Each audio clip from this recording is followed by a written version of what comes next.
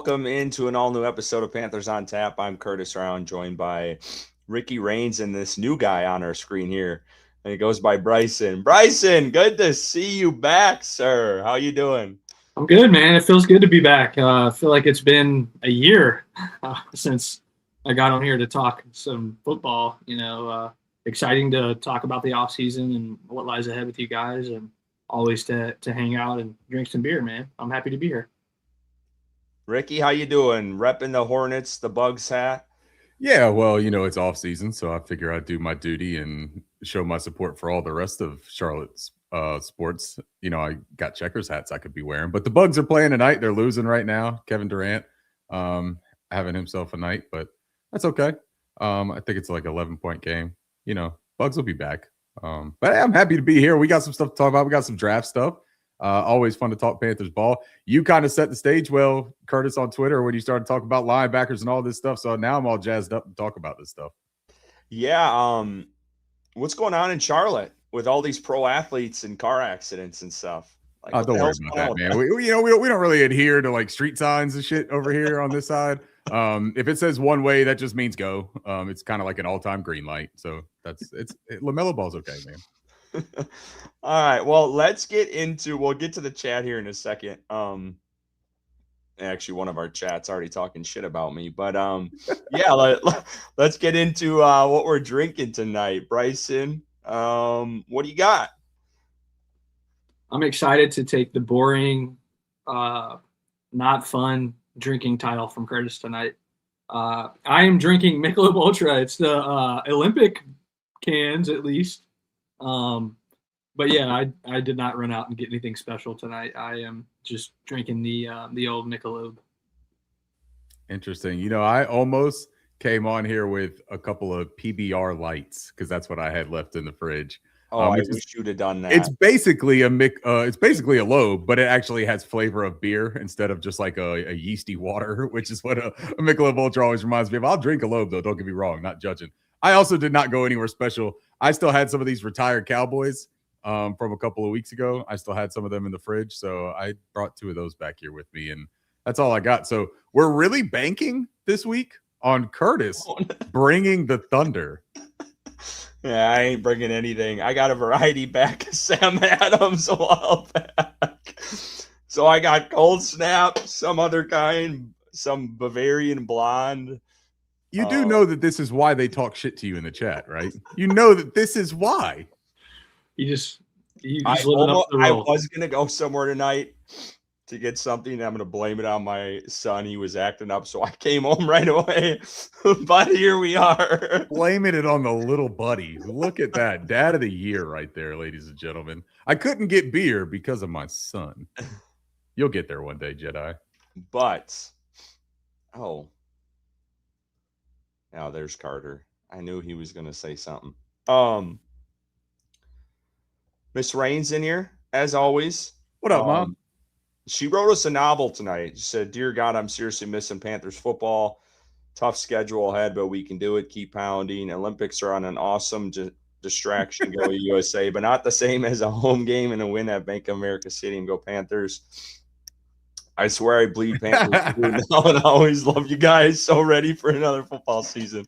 Mom's jacked up because the women's Olympics got the goal, or the women's hockey team got the goal. Yeah, man. So she's jazzed up over that. We talked last night about that, so I know that's what's got her revved up for this one.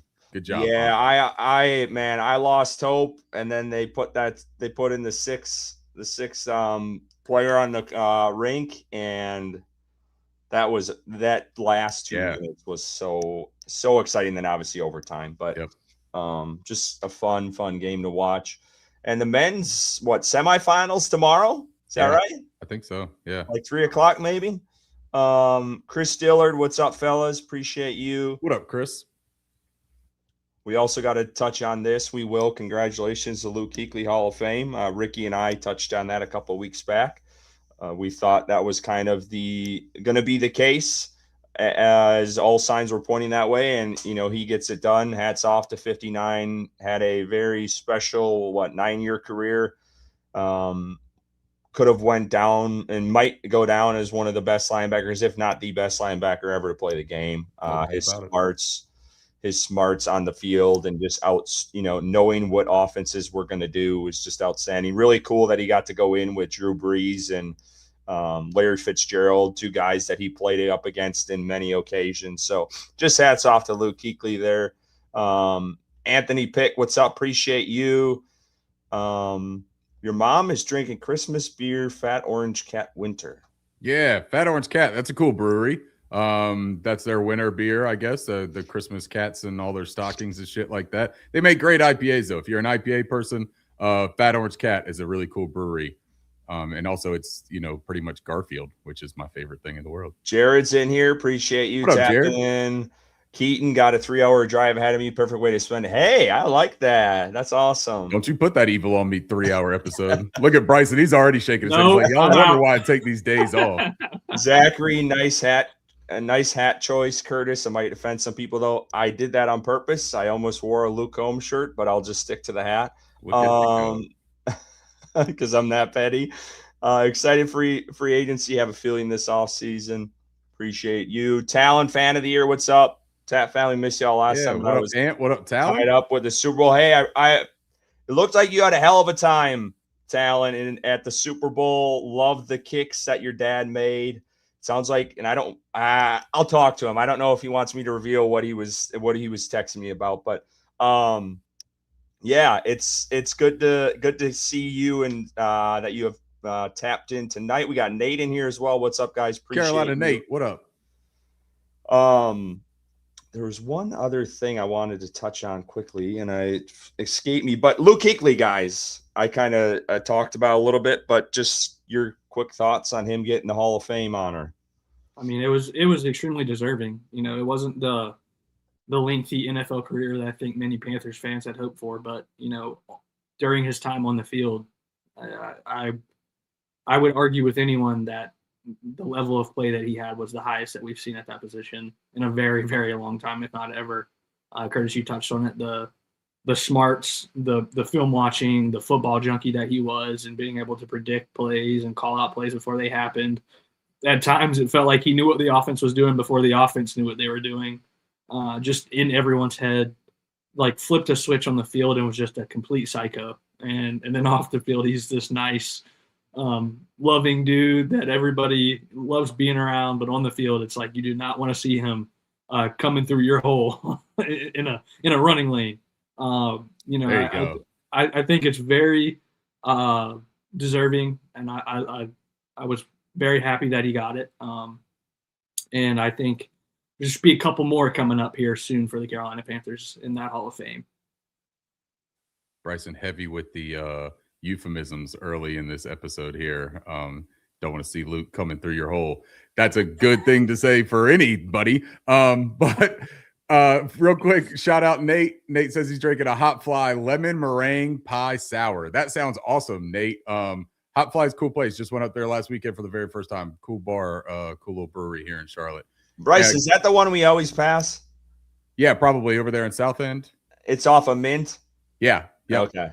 Yep. Yeah. Further down, we always go and piss there. Yeah. It's a cool place, man. Their beers are pretty good. It was fun.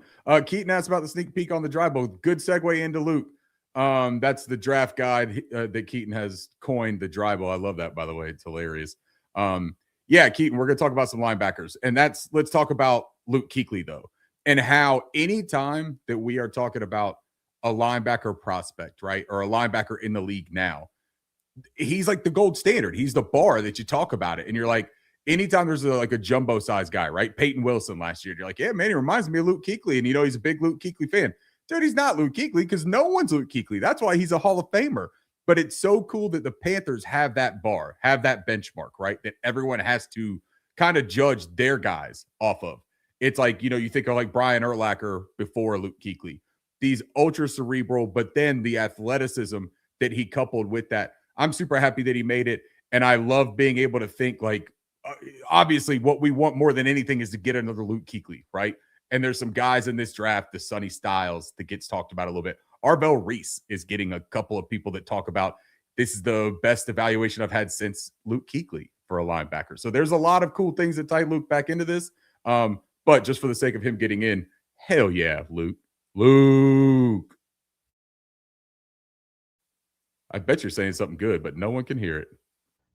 I'll ask you this one, Bryson, because you're a big – well, we all love Cam Newton, but that's been your guy. Could we also get a Cam Newton discussion now that he is Hall of Fame eligible? Do you think Cam deserves to be a first ballot Hall of Famer? First ballot is a tough benchmark. I think the fact that he didn't win a Super Bowl, I think, is going to be judged for him in that aspect. In my opinion, I think he was obviously the best quarterback that's ever played in Carolina, but I think at the height of his career was arguably the best player at that position in the NFL, especially that 2015 year. I think when you talk about not only the passing but the rushing stats that he put up, touchdowns, the overall trajectory that he helped change in the NFL at that position, the quarterback position. I mean, you can't talk about NFL history without talking about Cam Newton. So I think, in my opinion, he's a first ballot Hall of Famer. I honestly don't know if he's going to be. I would say probably not, but if I was voting, I would vote him in. Ricky, I'll ask you a different question. Do you think he gets in ever? I don't know, man. It's honestly pretty tough because I do think that sometimes we forget how illustrious the Hall is, right? And the requirements to get in. And as much as we love Cam and as much as we know how great Cam was as a player and how he carried this franchise for years, the alternating of successful and unsuccessful seasons, the getting to the Super Bowl once, the one MVP is a terrific feather in his fedora. But it also is the only one, to be completely fair, right? He had the Rookie of the Year. There's a lot of guys that win Rookie of the Year that don't go in the Hall. There's a lot of guys that win MVP one year and don't go in the Hall. It's a difficult thing to do, but his two-way of being one of the best runners with the football in the quarterback position, some of the most touchdowns scored, I think he has an argument, but I think sometimes as Panthers fans, we have a definite hometown bias or home team bias with a guy like Cam Newton because I want him in the Hall because of how dynamic of a player he is. But from a statistical point, I do think it's a little bit of an uphill battle for him. Yeah, I just worry that the voters just don't appreciate what Cam Newton did for this game. And I can't remember. I saw it on a podcast within the last week or two, and I don't know if it was Aqib Talib supporting Cam or he was talking shit. I can't remember. But someone recently went out of their way and said, they were talking about this, who are eligible now. And Cam Newton's obviously in that conversation. That person, the former player was like, Cam Newton, changed the entire complexity of NFL offenses and how to defend them and the RPO game and the read option and, everything else. So I hope we see more of those conversations with players coming up because I feel like that will bring it to the forefront. But I think he does. I do think he should be in the Hall of Fame.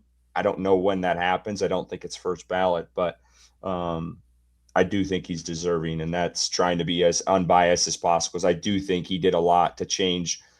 He took Michael Vick of the running style quarterbacks and the Randall Cunninghams of the world and the Steve Youngs back in the day and just completely flipped the script on what teams look at a quarterback and completely changed that, I think, for the 21st century of the NFL. So, yeah, if it was an argument just on talent, right, it's an easy conversation about is Cam Newton a Hall of Fame talent. But a lot of Hall of Fame is accolades and production stats, wins, rings, in place in history. And I do just think he fights an uphill battle for that. But I agree with you, man. What he did for progressing the sport in the game and offenses was pretty remarkable. All right, let's get into the conversation tonight here with our first topic. Panthers hired Darrell Bevell. It happened, I think it was last week, so it was in between our last episode, as an offensive assistant, or they're set to hire. I don't know if they've made it official yet. And he's going to also be the associate head coach. When you guys first saw this, there was always this conversation with Canales. Are you going to give up play calling? He's been pretty stubborn up to this point. He's given, Brad Idzik some time in preseason, but he has stuck to his guns and said, he is going to be the play call for this team. Do you think that could change this offseason with this hire? whether that's Darrell Bevell taking over, whether that's Brad Edzik, and Canales takes a more, eye in the sky approach as a head coach and oversees everything, so he can be in on, more meetings on the defensive side of the ball and the special team side of the ball, and be this like overarching CEO of the team. What are your thoughts on this hire, and what do you think of Darrell Bevell and what he can kind of bring to the team? I know that was a very loaded question, but whoever wants to start with that. I think changing anything when you are coming off of your first winning season and however long it was, you made the playoffs, you played a competitive game versus a very good Rams team, should have won that game. I don't think that anything's necessary in regards to play calling. Canales keeps it. I feel like he improved throughout the season, up into and in the playoffs. So I don't imagine that's in the cards, changing the play caller. In regards to the Bevell hire, the obviously the clear connections there. Canales worked under him in Seattle. I think he was serving as the quarterback's coach in Miami for a couple of years here. I don't hate bringing in experience, on a coaching staff that doesn't necessarily have a whole lot. And I think there's obviously a pretty good relationship there between Canales and Bevell for Canales to bring him in as the associate head coach. And I think maybe some of those other responsibilities that, are put on head coaches, and Canales, now being in his third year here, I think can delegate some of those other less important tasks to an associate head coach. But the offense is Dave Canales' baby. He cares a lot about it. I think he's made that pretty clear. And I think that play calling is going to remain under his tutelage for the foreseeable future, especially if the Carolina Panthers are winning games and making the playoffs. And I don't foresee that changing, but I think adding experience to that coaching staff is never a bad thing. So Bevell, mixed bag in regards to his offenses that he's led, and that quarterback room in Miami we saw wasn't the greatest, but you got to think about the talent that was down there, and Tua and all these other factors. But again, just to sum it up, I think adding experience to that coaching staff is never a bad thing, and I think that someone that has a good relationship with Canales, that I don't know the totality of their relationship, but I imagine this isn't someone that's going to be like a yes man if they've been together for years and they know each other pretty well. Maybe he can help Canales in situations where Canales might be considering one thing and wants honest feedback, and Bevell might be that guy to provide that. When I first saw it, my thinking wasn't about the play calling, because I really don't think that Canales, first of all, is looking to give up the play calling. That is kind of his calling card. That's kind of what he's here for. He's the offensive genius, if you will, right? It's his system that we're running. But Darrell Bevell is someone that he has familiarity with and he has history with, and that probably played a integral part in shaping some of his philosophy and some of his schematics from an offensive standpoint. But where I think that Canales has run into as a first-time head coach and had only been an offensive coordinator for 1 year prior to that, I think what he's run into is there is too much shit on my plate, right? He's like the guy that didn't eat all morning on Thanksgiving waiting for dinner, and all of a sudden it comes and he piles everything up on his plate and he can't eat it all, right? It looks good. Your eyes are bigger than your stomach. And I think that's what happens sometimes with these first-time head coaches. And so for Canales, I think this is getting that experienced voice, that familiar voice, and also a voice that focuses and centers around a lot of the principles that Canales wants to reiterate here in Carolina. The run game. I think that the run game is one of the biggest things that Darrell Bevell can help with, because I think that he can help him with variety and changing up the schematics of this run game that have become bland, predictable, and non-explosive. Darrell Bevell is a big proponent of running the ball and hitting explosives. That's kind of his philosophy. It's what he does. Now, his head coaching record, right, all comes as an interim head coach. He's never been hired as a head coach. But 2-7, I don't think you got to be an associate head coach. Like, I don't necessarily need that part of you. But the experience and all of that, I think that's what that label is saying, is that, hey, he's going to help me when I feel a little overwhelmed, when I feel like I've got a little bit too much going on. This guy's going to help me. I'm not going to ask Brad to go off task. I want Brad Idzik to stay on task. I want him to continue developing as a coach. How much do they talk about being a developmental staff? We saw them try all the weird little hoops and hooks last year with the preseason of letting people call with weird personnel groupings just so they get a chance to do it.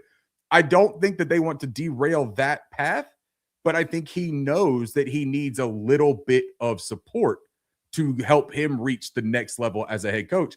I'm cool with it because I think that what it sounds like to me is self-awareness and willingness to accept help, as opposed to pride getting in the way and saying, nah, I got this. Don't tell me how to do anything. I think you nailed it right at the end there. Self-awareness, I think, is the biggest thing for me. Because there has been some noise around that. I mean, someone earlier said it's not the play calling, it's the sequencing.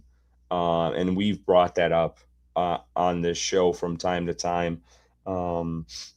Just certain decision making in certain situations. So I do think it's Canales like taking a step back and also seeing a guy that he's very familiar with out there and available to bring in. Who knows? I mean, we'll find out more next week when Canales finally gets his first media avail in forever at the combine, because I'm sure that's going to be a question for him. And I wouldn't totally take it out of the cards. I do think at some point, Canales wants to give up that. I do. I don't think he would give these guys shots at play calling in preseason if he didn't have that in the back of his pocket. Now, do I think it's the problem I have of giving up the play calling is and we've seen this before with this team, that's kind of your last resort before you start having to let go of people. And I think that's where you get yourself into trouble. And we saw the bounce back and forth with Frank Reich. We saw it even with Matt Rule when he fired Joe Brady, like after the bye, like just weird timing shit. So like, I feel like when you do give that up, it's kind of like an oh shit moment. Like Nick Sirianni did it. And Nick Sirianni is a good example. When he gave it up, the team flourished to end up going to the Super Bowl. So there is a risk reward there. But I do think eventually I could see him doing that. Bryson's shaking his head no. But I think to the point of the preseason and the play calling, I think he does that because he knows they will have no other opportunity to call plays as long as he is on this team. He is saying, you take the preseason, the regular season's mine, man, and it's going to be mine. I think the only situation, which you kind of highlighted, Curtis, where he gives up play calling is if things are falling off the rails and is a last resort ditch effort. That's usually like a sign of a head coach, leaving, 1 foot out the door. Desperation. They're giving up play calling. So I think Canales loves it. He's that, that's his bread and butter, like Ricky said. And I don't see any scenario where he gives that up willingly.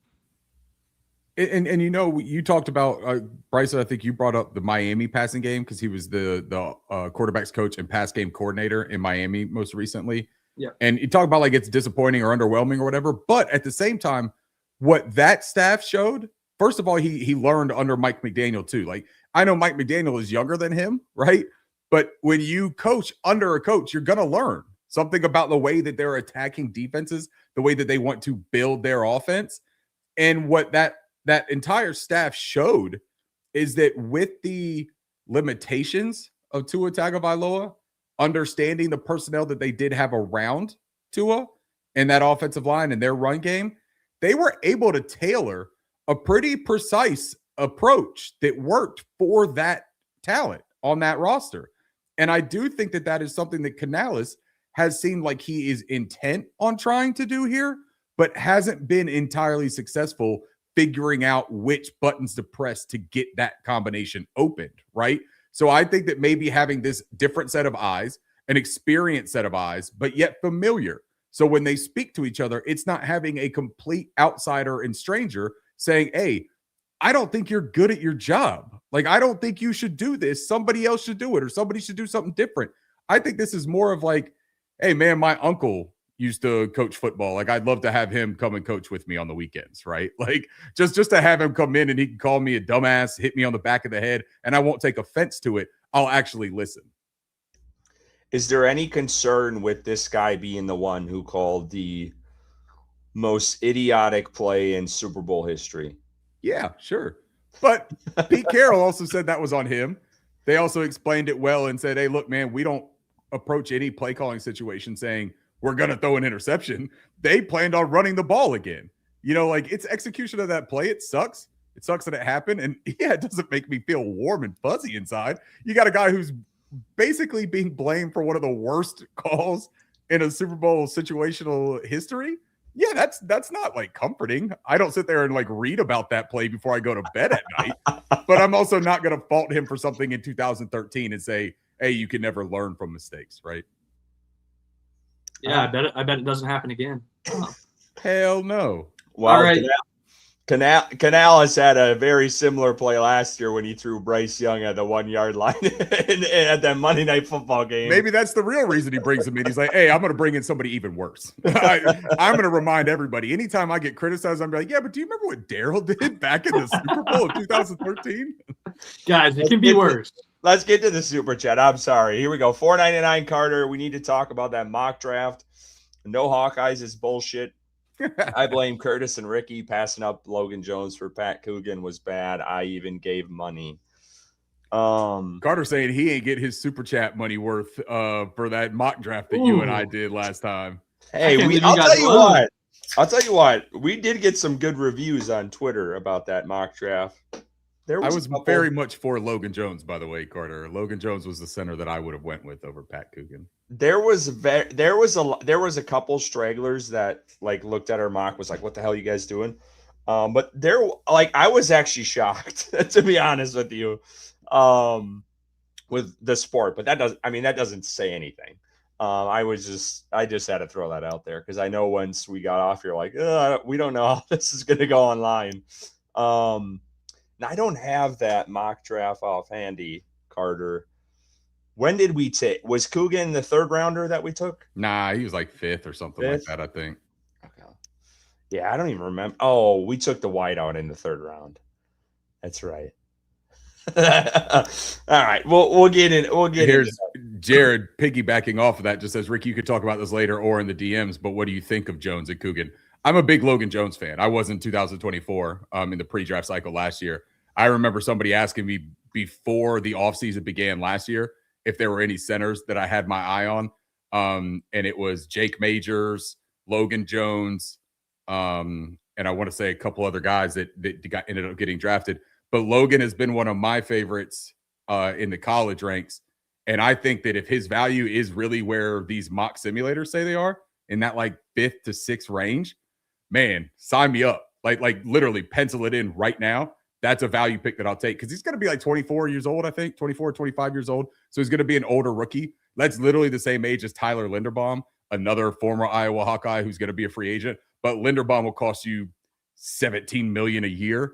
You get Logan Jones for like 1.2. You know what I mean? Like, I don't know. I think it's interesting. I do like Coogan as well, Jared, but he's not at the top of my list for centers. All right, let's move on here.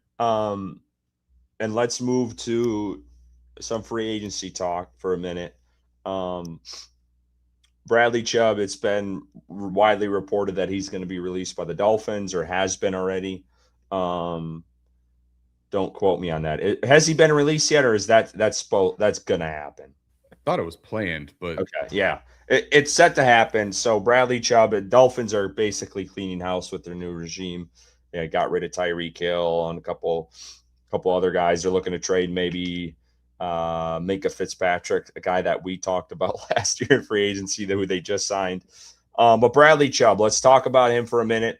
There's obvious ties to Ejiro Evero in Denver for that brief stint he had there before he was traded. And everyone says Ejiro Evero traded him. He was the GM of Denver at that time and never liked him. And why would Carolina sign him when they traded him in Denver, which I tweeted this out. I don't understand that association. I think people that make that, it's almost like recency bias. Someone sees it and they run with it with everyone.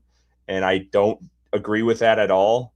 And I believe there is a clip where like Azure, and I get it, like they're in press conferences too, but like he spoke very highly of Chubb when he was there. So I have a hard time believing that. I believe Evero was the first year as a DC there too when this happened. Like, how much pull did he really have in the front office and them making moves? But anyway, back to the actual question. Should the Panthers try to sign Bradley Chubb in free agency? They obviously need to generate pressure. They need edge rushers. They were 31st in the league. It's a graphic we showed you weekly, statistically speaking, this past season, of them generating pressure and the lack thereof, and the statistics on their sacks this year as well. Bryson, Bradley Chubb, yes or no? They need to do anything and everything possible to generate pressure off the edge. So, not totally opposed to Bradley Chubb. If I'm not mistaken, he was an NC State guy, right? Returning to the Carolinas. He does have that connection, like you mentioned, Curtis, with Evero. We just hired one of his coaches from his former team, and we just talked about him, and Darrell Bevell, and some connections there, and Robert Hunt, kind of tweeting or posting a little bit about bringing him in, giving him a place to stay.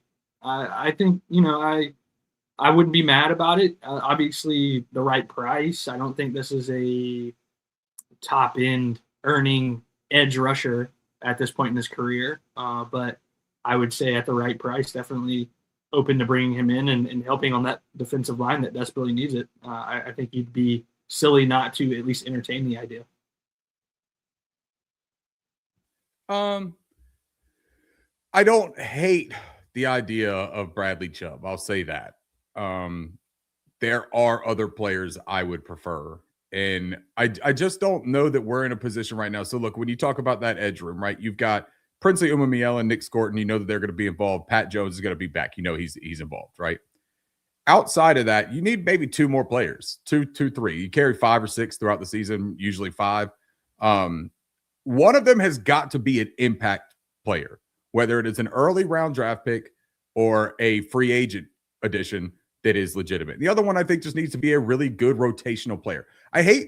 Sometimes I hate the categorization of a depth player because it sounds like somebody that you're hoping you don't have to play, right? Like you're like, hey, it's just a good guy to have on the roster, but like I hope he doesn't see anything. Well, in defenses, especially these modern day defenses where you're seeing these by committee approach with the pass rush, right? Like you look at what Seattle did. They had 4 or 5 different players or 5 or 6 different players with more than 40 pressures last year. That's not just your starting edge and an interior lineman. Like you're creating havoc with the scheme, and you need players that can execute that scheme.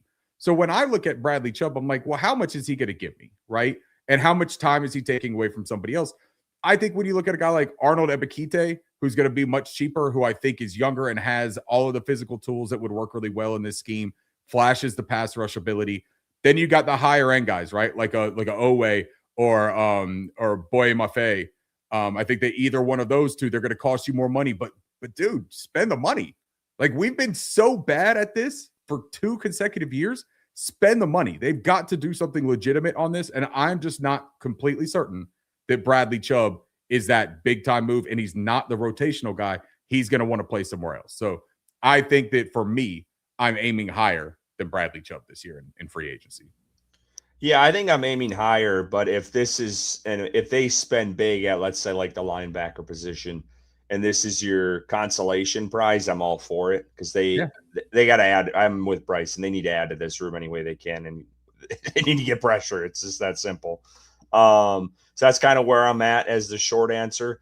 While we're on the free agent conversation, are we cool with moving over to this, the spot track manager for a minute, Ricky? I know we want to touch on the draft at some point. We'll talk about Daniel Jeremiah's comments. But since we're talking about free agency, I think it makes sense to kind of go that route. So Spot Track has this really cool, it's called I think it's like NFL Manager, and you can select a team. It honestly, I think, has come about in like the last 2 weeks because there was this other. Spot Track has had it for a bit. Have they? Yeah. Man, Yeah, they've had it for a little bit. It's these new apps that are getting the attention, though. Yeah, and I saw the guy who runs that account post about it, so that's why I thought it was new. Spot Track has all of their contracts and all of their intellectual properties or whatever, all of their stuff that can't be used in like AI. So all these people that are making their own apps, they're running into data issues because they can't tell AI to scrape all of this information. So Spot Track has a lot better data than a lot of those other ones. Yeah. Well, I know, and I know we were talking offline about those other database. I mean, a lot of this stuff is very unrealistic and some of those other things. So, and I mean, I'm sure this is a little off too, but let's take a look at it. So we can basically do anything. I don't know if you guys have messed around with this at all, but right now we are sitting with, so let's try to look at some of the current roster and make some, whether we adjust with cuts or kicking the can down the road and, reworking their contracts. But right now we have $9.8 million in cap space, which is not great. I think we're closer to like 12 million, I think, from what I've seen online. But there's some obvious guys that I think you can either restructure or cut. A'Shawn Robinson has been talked about a lot. Tommy Tremble has been one, whether that's a cut or an extension to his deal. Where are you guys at with some of these guys? Yeah, let's start there. Is Andy Dalton still under contract? I thought. Yes, he is. He is. Fuck, dude. That sucks. Okay. He's $5.8 million. And it's like all dead cap hit if we cut him. Yeah. Okay. Anyways. I'll be honest with you right now. I'm cutting him anyways. Yeah. He's a dead cap. You'd save. He's like $3 million dead cap hit. Yeah, I mean, you need to upgrade that position. Take it on the chin, man. Get him out of there. So we're gonna cut. We're gonna release Andy Dalton. Yeah. All right. So right now that does nothing for us. We actually lost money. hey, that don't mean nothing. Sometimes a loss can be good for Addition you. by subtraction. Yeah. There we go. You brought up A'Shawn Robinson. Bryson, what do you think? I think that A'Shawn Robinson is a very logical player to move off of. Now, I know that people like him, but what is invested on that defensive front with Turk Wharton, man, that's a big thing. I know that everyone is upset about the way that Turk got paid, but he got that money, man. That money is allocated to that position group. You can't keep on saying that you drafted the kid out of Florida last year, right? You got Bobby Brown, you got Turk, you got Derek Brown. They love LeBron Ray. And I think you can add somebody late in this draft and you could get economical with that unit a little bit more. So for me, A'Shawn's a smart and move. chat, let us know what you think of these moves. So we released Andy Dalton so far. We're talking about A'Shawn Robinson right now. I kind of agree with Ricky. I really do like A'Shawn Robinson. I think he was one of the best defensive linemen we had this past season. But the cap hit, you can literally pay for the entire rookie class with his cap hit. Like, that's how much money you're going to save if you do release him. Bryson, where are you at? I'm struggling with this one. I agree with both of you. He's a very good player still. He's a difference maker. Really good against the run. Even generates some pressure sometimes from that position there on the middle of the defensive line. Not to the level that you would say is like an elite kind of thing, but still just a valuable piece on that defensive line. You're putting a lot of eggs in your basket, hoping that Turk lives up to that contract because last season was. You want to extend them. Is what you're telling me. No, I mean, I understand. I mean, Curtis, your point about you can pay the whole entire rookie class with this cut, that like, I heard you say that and I'm like, okay, maybe this is this is a hard decision. I'm glad I'm not the GM right now because it's like you're putting a lot of eggs in the Turk Wharton basket. And now you could convert his his base salary to a bonus, which would add void years, and it would lower his cap hit this year, but it also it's kicking the can down the. I don't know that you do that for A'Shawn Robinson. Yeah, I don't know, man. I'm for release. That's I'll roll with you guys. I'll hit the release button. I'm sorry, A'Shawn.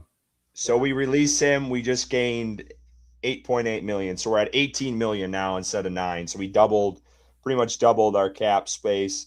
I'm trying can you look at in it like a restructure? Can you do restructure on this? Yeah, that's a conversion. Yep. So you can even do custom restructures if you want. I do think Wharton is one that comes to mind. I know they just signed him, but I think what he did this past season and his availability, sometimes availability is the best thing for a player. I think he's an option. You guys might not agree with that. I do think even JC Horn could be a conversion that you just signed. I think you extend Damian Lewis. Okay. I've seen that. Damian Lewis has been one of the best interior offensive linemen in the NFL, man. Yeah. And he's on his last year coming into this year, I believe. I think that I'd make that extension and open up some room and get him some more money. But give it to him on the front end, right? Give it to him in a bonus. So if we do extend him, what are you thinking? Like a 2-year? Yeah. Do we want void years in there? Give him 3 years and give him a void year. Sure. I think that's fair. Okay. And what do we want with this new value? I don't know, $7. How does that sound? So this would be on top of the 26 million. So his current contract has 2 years, 26 million remaining, which would be rolled over into this new contract extension. So he's under contract for this season and next year right now. Correct. So I would not do 3 years. I would do 2 with a void. Give me 2, sure. So 2 with a void, and then what are we putting at that value? So he's since it's only 2 years, give him $8. No, we got to be more realistic. I'm confused on the. Are you talking about like the yearly amount of the contract? No, this is total 2 years. 2 years or 26 million over 2 years. That's what he's making right now. Okay. And his cap hit this year is 16 million. So he's going to make 10 million, I believe. Next year he'd make 10 million. He'd make 16 this year. I think from a realistic perspective, you go to Damian Lewis and you said, "Hey, we want to extend you." Damian Lewis turns to you and says, "Hey, I've been one of the best offensive guards in the NFL." He's not taking less than what he's been signed for in Carolina already. So I would say 2 years, 30 million. I don't know how you guys feel about that, but that's 15 mil a season. Additional, yeah. But then I think that you give him the signing bonus. I think you give him a large chunk on the signing bonus because that doesn't count against the cap, right? Yeah. Give him 30 million signing. Yeah, I give him 20 million. I give him 20 million, 22 million up front, guaranteed, right? So you want to do? I think we could go lower than 15 a year and get away with it because he's making what, 13 now? Yeah. Yeah, I think you stay around that. So you do like another 2 years, 28 million. Wishful thinking on your part, buddy, but and then throw him a signing bonus of 25 million.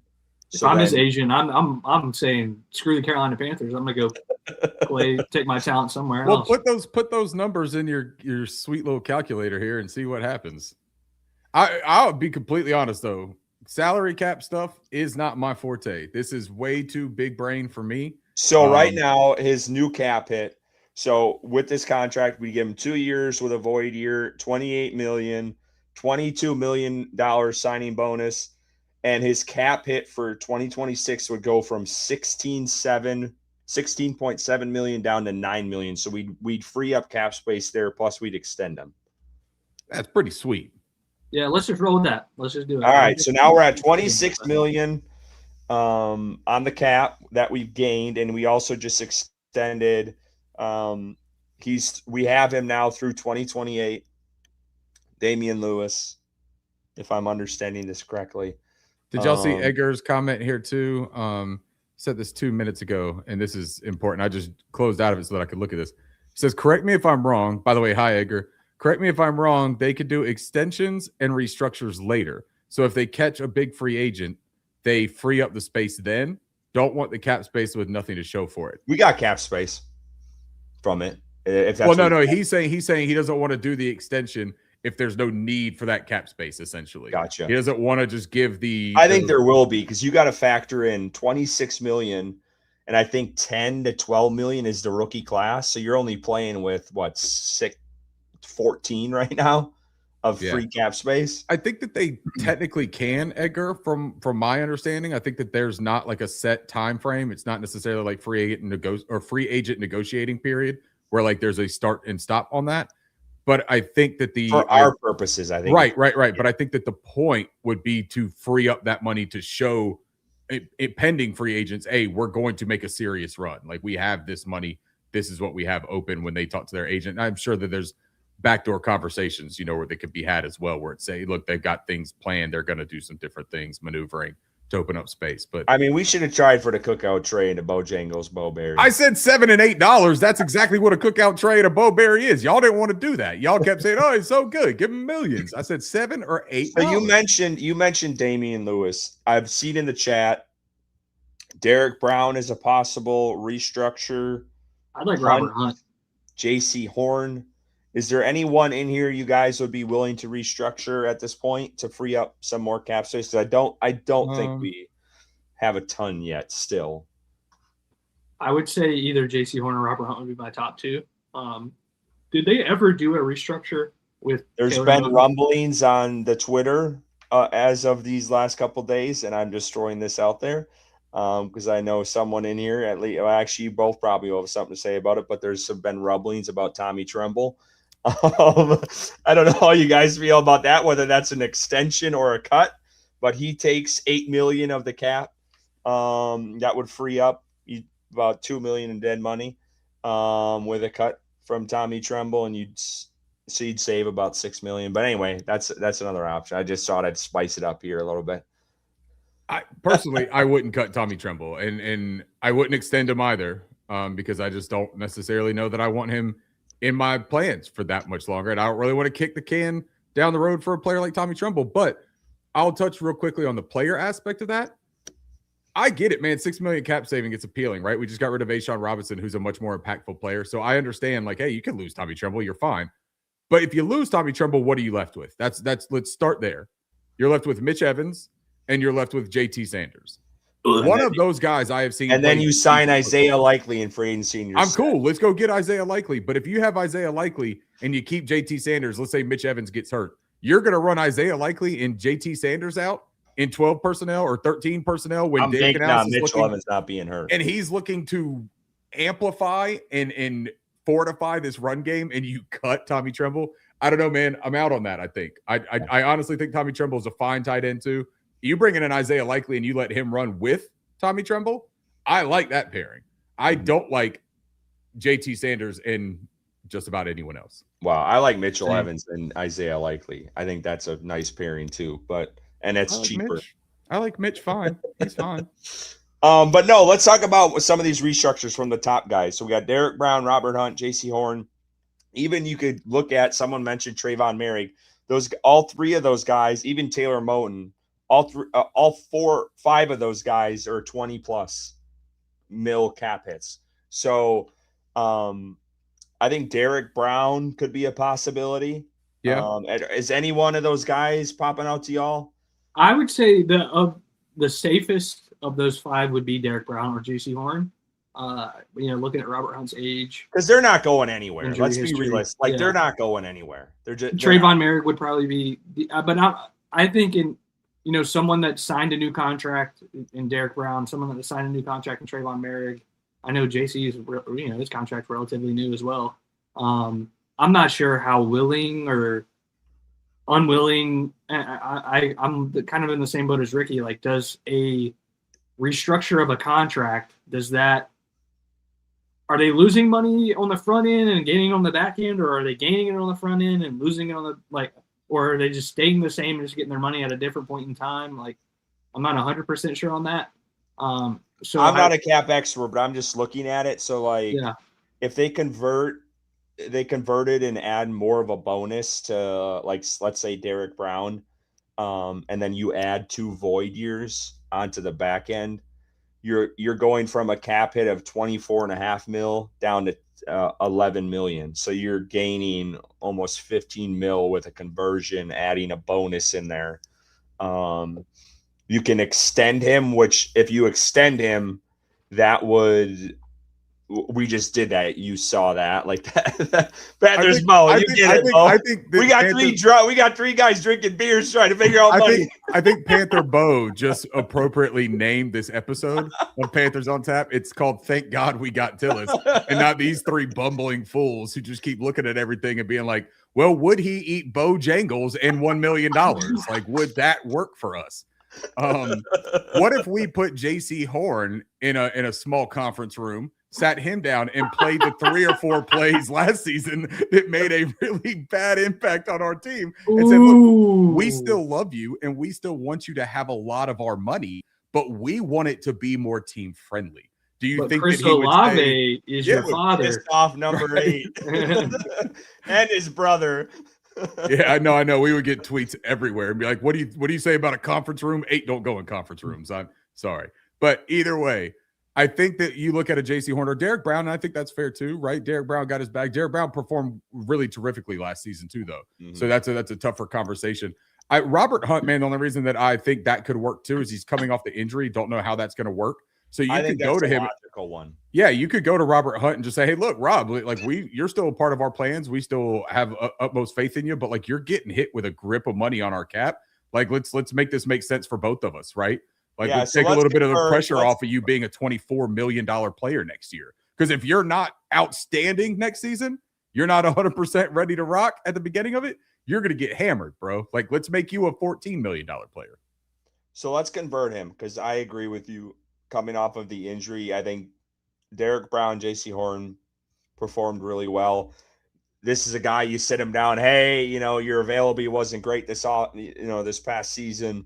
You convert him, we convert him, and he goes down to a $10.4 million cap hit. He was at 24, so now we're at 39 mil.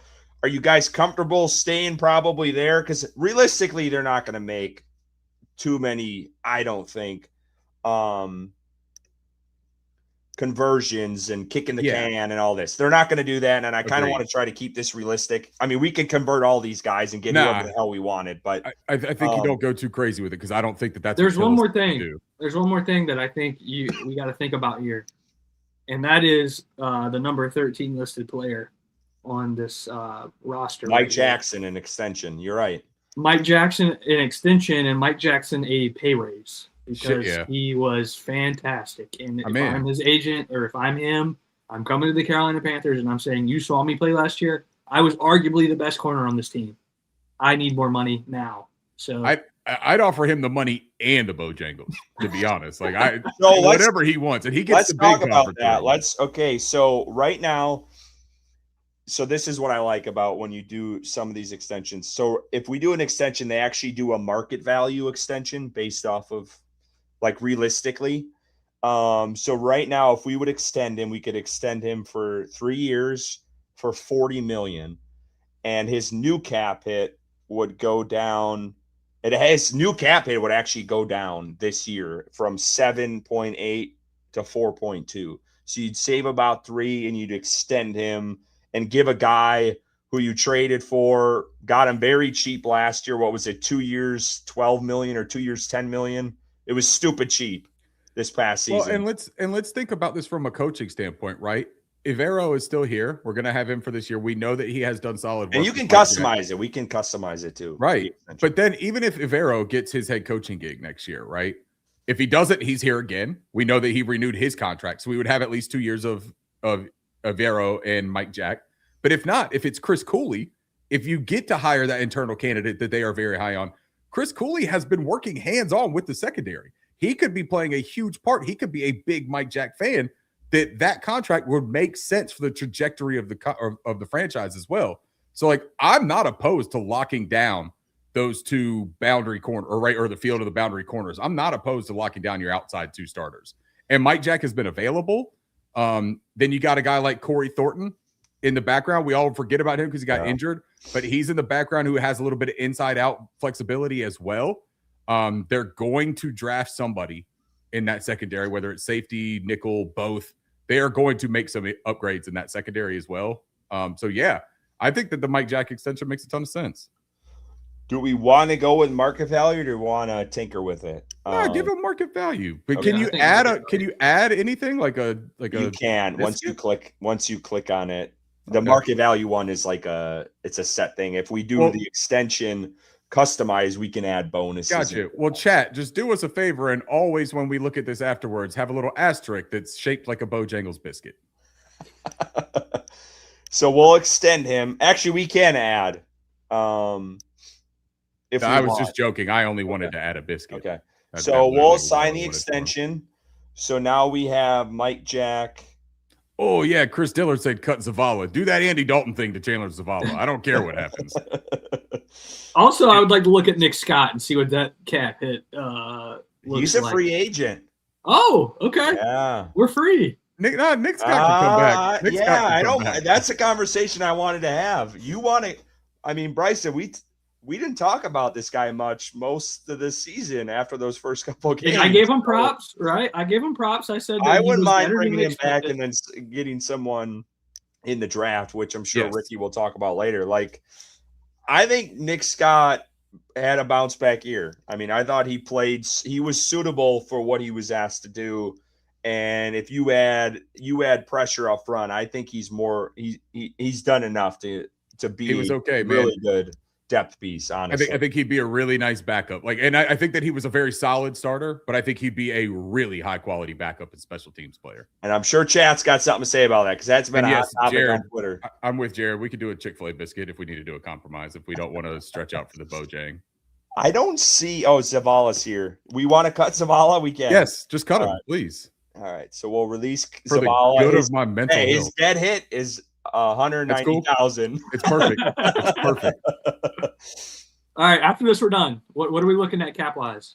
Wait, can we talk about Shaw Smith Wade? Can he be a cut? No. Y'all love Shaw Smith Wade. No, I know. That's out the window. He's out the window. Okay, so we're at 42. We're at 42 mil in cap space, which is pretty good. Do we want to talk about the trade of Xavier Leggett? Or we don't want to go there? We're looking at $3 million. No, I'm talking about a trade. Do you want to make a trade for what? We've already talked about Chick-fil-A biscuits. We talked about what about the proposed trade of Michael Pittman for Xavier Leggett, like Matt Bowen did on ESPN?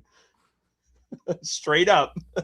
Michael Pittman right now is a much better NFL player than Xavier Leggett. I will say that. But you let Xavier Leggett figure it out, man. You let this coaching staff figure it out. They said that they had plans. They said they could do this. I want to see them try to make this work still.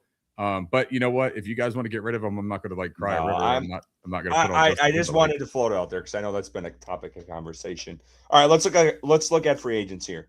So I will say this because I messed with this before we got on.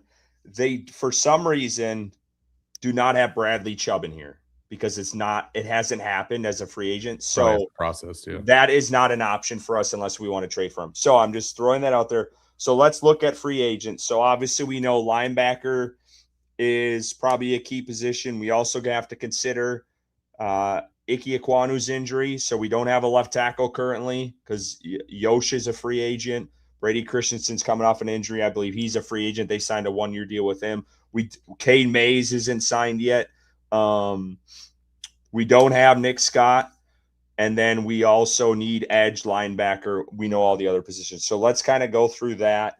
Do we want to start with kind of the guys currently that are pending free agents for Carolina and then go and focus on No. What do you guys want to do? I wouldn't. Well, yeah, we want to start off the big signings. I'm sorry. We don't want to. I would go straight to edge because all of those wonderful words that you said before this point about what we need, all I heard with each time you opened your mouth was edge. So go get a pass rusher. So this list is kind of all over the place. It's not ranked. Trey Hendrickson, Jalen Phillips, the guy that his name's escaping me from the Chargers. Thank you. There's Joey Bosa's up there. He's older, obviously. Yetur Gross-Matos. The two you said is where I would look at price point. I would look at Jalen Phillips and I would look at Odafe Owe. And I would check out not Trey. I want to throw Trey Hendrickson in there because I do think that's a possibility. So let's so we have Hendrickson. You said Phillips. Is it Adoe? Is that right? Ricky, you're on mute. Odafe Owe, I believe. Odafe Owe. Okay, thank you. I want to make sure I got. Okay, so we have Owe, we have Phillips, we have Curtis. Weren't you big on Azeez Ojulari in the draft when you came out? We have Ojulari. There's another guy, Ricky. There's one more. It's Boy Mafe. Thank you for the Seahawks, and then Arnold Ebiketie down there, former Falcons. But those are, in my opinion, right? And I like Boy Mafe. I like him a good bit. And I think that he would be a really nice signing if you miss out on the three that we just talked about at the beginning of Trey Hendrickson, Jalen Phillips, and Odafe Owe. Because I think that those three are the ones. And to be honest, I think it's Phillips and Owe for me. I love Trey Hendrickson as a player, but if you're looking at how much contract can he give with him, coming off the injury, seeing how it's going to go. I mean, you look at Phillips and Owe, 26, 27 years old. Okay, Ricky, you can sign into a 3 or 4 year deal. My biggest thing with Owe, and I'm saying that wrong. I'm probably saying that wrong. He didn't play great in Baltimore. He was traded to the Chargers. He was okay in Baltimore. Yeah, but Baltimore ain't getting rid of a premier dude. They're just not. They are a full defensive team. They are not going to get rid of someone like that. So they get rid of him, and he has he has a damn good year in Los Angeles. My question, and it kind of is along the lines of Phillips, can he do it when he's the premier guy? He had Khalil Mack, and I get Khalil Mack's old as hell, but he had Khalil Mack on the other side, probably taking up double teams. Can he be the guy when he's doubled? And that's my same question I have with Phillips. Can those guys be the guy when they are the number one? They don't have the Eagles defensive line. They don't have the Chargers defensive line. Can those guys be that dude? That's where I always go back to Trey Hendrickson. I know he's coming off injury, and I know he's older, but he has been the guy. Yeah. And has taken the full reins on that. So that's just my question. And that can be for Bryson because I don't know where he stands either. Yeah, Bryson, what are your thoughts on this? I'm with Curtis. I think that there's a clear the Panthers have shown interest in Trey Hendrickson in the past. I think there's clear interest there. Bringing him in. He is the obvious best pass rusher at this point in his career available right now, and leading the league in sacks for years, and coming off an injury and aging for sure. But if you're looking for someone to come in and immediately make an impact and immediately change the trajectory of an edge rushing group, as long as Trey Hendrickson's healthy, that's at least 2 to 3 years of elite sack production off the edge. So he's going to be the highest cost, probably, I would imagine. I think he's still expecting a very large contract, and that was part of the problem in Cincinnati. But I think it's worth it, man. I think he's fantastic, and I think he's just a high level elite player. One of the best. I think he would be one of the best edge rushers in Carolina for a very long time. Hey, did we mess something up, guys? Did you see what Chris Dillard said? Oh yeah, we can go back to that though. Like that can happen. Yeah, I think if you click the Carolina Panthers right there. Hey, we just extended Mike Jack. We're just coming back to it. Yeah, we're just coming off a high. Sorry about that, man. This was a tough situation. I wanted to talk about the edge rushers. Defense really revs my engine. But hey, look, I'm in on Trey Hendrickson. If that's what you guys want to do in this exercise, let's do that, and let's see how we build around that signing. Because I think that that's the other part of this is that when you're bringing all these pieces in. Hendrickson is terrific in theory, right? Like he brings a proven dominant number one edge rusher. Like I am all for that. No questions asked. He is coming off injury. And the question about Jalen Phillips, The question about Jalen Phillips is, how good can he be on his own? He was pretty damn good in Miami, man. He's got the pedigree. His injury in Miami is what set him back. And then he bounced back from it, but it took half a year, right? Mm-hmm. So Trey Hendrickson, how does that work? Do we get the best version of Trey Hendrickson for the next 2 years? If we do, it's going to be a home run signing, and it fixes a big problem. I think he'll also be terrific for a guy like Nick Scorton. Yeah. You talk about two guys that play with their hair on fire that have, maybe not the absolute elite athleticism and approach, but man, I think that they would really be a nice tandem together. But I also I'm not out on, and I hate because it probably comes off that way. I'm not out on Phillips. I do think he's an outstanding player. I just have that minor thing. And I do think Odafe Oye, he adds a different skill set. I know I'm trying like hell for that. No, it's great. It's great. The last name is fucking with me, dude. I don't think I can do it. You were extremely close on that last one. So but I think he adds a different element than Nick Scorton. Yes. Odafe does. And I think that would suit Carolina well. Agreed. And quote me if I could be wrong here, but from what I've seen, Ricky, he's got the speed, and that spin is super ridiculous. Speed. Super fast, fires off the line, the get off, and he is a speed rusher, but he's got pretty good hand usage. Could go heavy then on linebacker. Yep. I don't think he'd be as much. So I just think you gotta. Well, he's still gonna cost a nut. Well, yeah, man. But I don't think he'd be as top end as like Trey Hendrickson. I don't. Maybe not. Yeah, I don't think so. But so I mean, I've gone through these scenarios. Like I kind of do like the cheaper option at edge and then going heavy at linebacker because I think linebacker is still a significant need for this team. But I mean, if you want to go heavy edge, I do. It's tough, man. What's the chat say? I know the chat has said. I would love to go and get Devin Lloyd, the linebacker too, out of Jacksonville. I think that would be a tremendous signing. I don't know if you could do Owe and Lloyd together. I think you could probably do like an Owe and Leo Chenal, maybe Nakobe Dean. You could even go and get a Jalen Phillips and Nakobe Dean and bring them both, and they both played in the Fangio system in Philly together. A little bit of familiarity with scheme. I would love that. Responsibilities. True. I'm not totally opposed to it. I do think that when we talk about Nakobe Dean, though, one of the things that we want this defense, or at least I'll say me, right? Let me not say we. One of the things that I really want for this defense is I want the imposing physical ability, right? Like Christian Roseboom, Josie Jewell. No offense to Josie Jewell. I know that that's Bryson's guy, and he's probably still very upset about the retirement. I hope he's doing well, by the way. When's the last time you talked to him, Bryson? Owe. It's Owe. It's that simple? Owe? That's what I said. Odafe Owe. Man. All right. You're the one that kept trying to tell him to go Owe. Comes in and saves me. That's easy, man. I got that. Owe. Yeah, that's it. That's what you're saying. You just wanted to make it sound like a French dish that you were ordering in a bistro. Owe. Owe.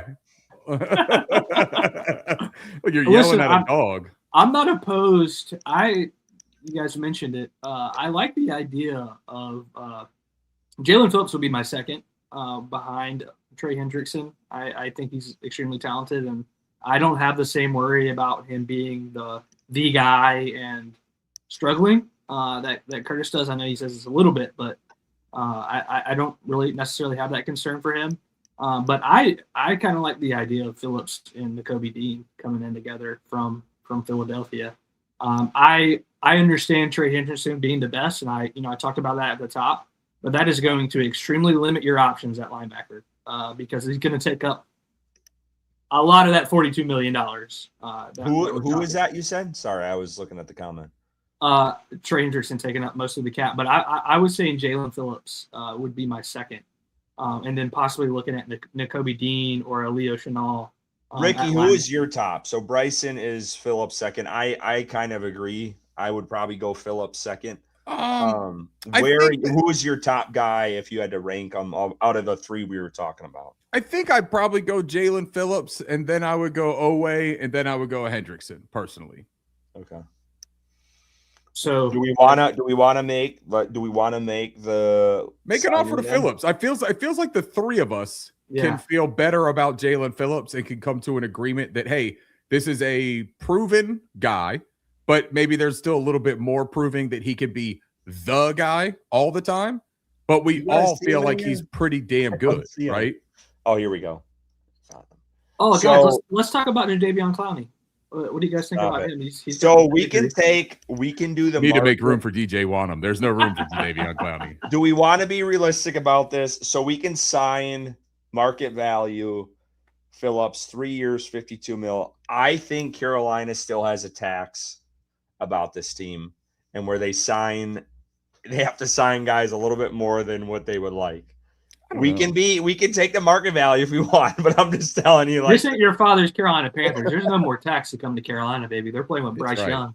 That's right. NFC South champion. So we want to do we got a Hall of Famer doing our radio broadcast for crying out loud. So market value. All right. Do we want to add anything? Because we can if we want. Like signing bonus. Right now it's 3 years, $52 million. There's no void years. Damn, that cap is only $6 million. It's signing bonus is $15 million with a base salary of 1.2. Because it's $16 million a year, and he's getting 15 up front on this first year. There's no way the signing bonus is going to be this low. No, so I would give the signing bonus. I would put that at like 25 to 30. Honestly, I would go 30 with Carolina, like realistically. That could be your tax. Is just the so it'd be $36 million signing bonus, and his cap hit would be 13. I think that is more realistic than he's a $6 million cap hit this year. That's not happening. I think that's true too. All right. So are we good with this? Yeah. Hey, well, can we move that signing bonus? Hold on. Crosby trade. Wait, do you have the signing bonus at 36? Yeah, do you want it at 30? Yeah, do 30. Okay. All right. Yeah, there we go. Yeah, I like that better. All right. It might even be able to be like 28. You're talking about. Oh, here we are. We already hit it. $31 million in cap space. So we got to go to linebacker. I think we all would probably agree. Oh, we got Jalen Phillips. Can't we all just have a sip of beer to that first? That was really fun. We signed Jalen Phillips. Shit, yeah. Let's go Panthers. Hey, should we play the W video? Carolina, chat. Carolina, talk to me. Chat, what is your reaction if this happened? First signing of the day, it's Jalen Phillips on day one of free agency. I want to know your reaction. Send out your tweet you would send out if this happened. Is it a Milton Williams situation or is it a real one? It's a real one. I would look at it and I would say the best move they made, they cut Chandler Zavala and Andy Dalton. The second best move they made, they signed Jalen Phillips. The third best move is that they realized Chris Dillard called them and told them that they made a mistake, and then they went and extended Jalen Coker. All right. Those would be the top three. Do we want to go back to Jalen Coker right now for a minute? Fuck yeah. All right. So I think we do need to look at the Carolina Panthers pinning free agents. Well, because we've got to see with Coker, we have to see what that does to the cap room. So Coker is, I know he's way down here. Curtis, pull up that same menu that you had up for the free agents. Yeah, hold on. Let me find Coker. I can't find him on here. I think he's in that menu. Oh yes, he is. Yeah, Bo said he can't read the font. I hear you, dude. I've got to zoom in. Well, we can go full screen, so you don't have to see our ugly faces. There you go. That didn't do much. Yeah. He took it from a 9-point font to an 11. All right, so we do have. Where is he? Damn, what was going? You guys see him? Oh, here he is. He's way down at the bottom. All right. So if we want to sign him, we can do. They don't give us we have to make our own contract. So here we go. We're going to try to do our own contract here with Jalen Coker. Fuck. Damn, so that's hard. $7, Bob. You want to do a 2-year, a 3-year? What are we doing here? 4 2 years. I gotta. Did he say 4? I said 4. 2. You said 4, Bryson? Yeah, 4. Let's meet in the middle with 3. All right, fine. My concern is the I think we do durability, man. He still has not put together a full season of football. Yes. So we'll do a 2-year with a void year. And what do we want the total value to be? So let's look. I'll look up. Let's look up wide receiver contract number. I think you give him 2 years, $13.5 million. I was going to say 15. 2 years. So right now, average per year, you're looking at. You just said what per year? I said 2 years for a total of $13.5 million. So like 7 Yep. ish per year. Yep. Yep. That's in the Marquise Brown, Malik Neighbors, Curtis Samuel, Marvin Harrison Jr., Tedero McMillan on his rookie deal. So you're going to give him more than what Tedero is making? I mean, I get it because it's a rookie deal, but no, you could go under that. I mean, I'm cool with saying like 2 years, 11 mil or something, but he's not gonna. Well, we have exclusive rights in negotiation, but also you can't give him like 2 million and be like, here, just take this 2 million. He's gonna. Why don't we do 2 years, 12 mil, and that'd give him 6, and that's still under Tedero. I'm fine with that.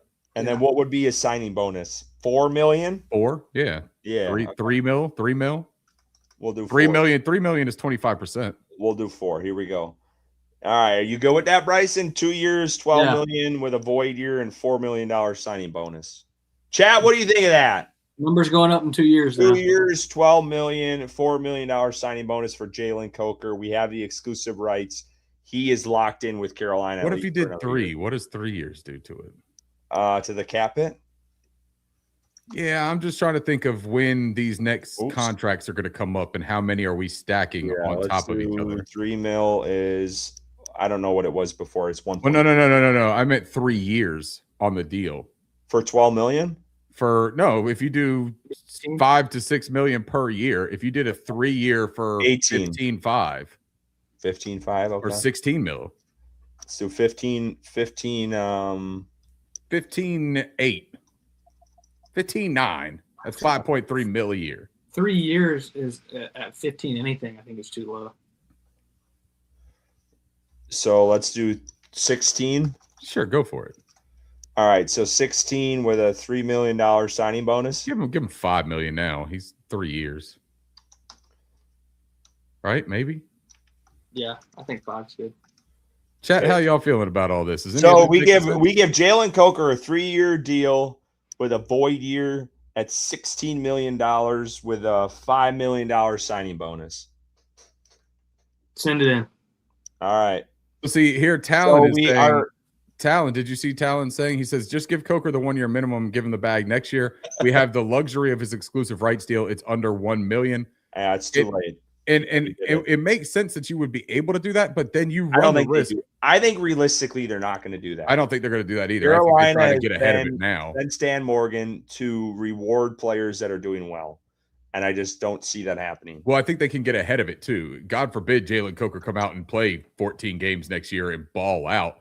Then all of a sudden you're going to have a whole mess on your hands on what you pay him then. And you're not going to have exclusive rights, right? Yep. Correct. So we just signed him. We're still at 30 million. Let's go. Do we want to look at? We have Cade Mays out here. We do not have a center. That needs to be addressed. And I do think Carolina needs to sign Cade Mays, and I think they will. Are we opposed? How much does Tyler Linderbaum cost? Too much. I think Cade Mays and I think Brady Christensen are the two that I'm looking at from that list. No, I think Yosh too. I think all 3 of those guys are re-signed. I think they signed Brady back cheap. Christian Roseman too. What the league valued Brady Christensen last year when he was healthy. No one signed him. So Carolina, I think, gets him back on the cheap. I think Ricky thinks Cade Mays has a bigger value. I disagree with. We talked about this last episode. I don't think Cade Mays has a huge market. I could. So does wrong. It say what his market value is here on this thing? I'll look at it. His market value. Chat, can I get a poll here? Can I get a poll with the chat? Could y'all say what you think Cade Mays' annual value is? Annual compensation value. Just throw a couple numbers out there. It's higher than I thought it would be. I think it's between 8 and 11 million is what I think annual. It is right now market value. Well, we can have them guess.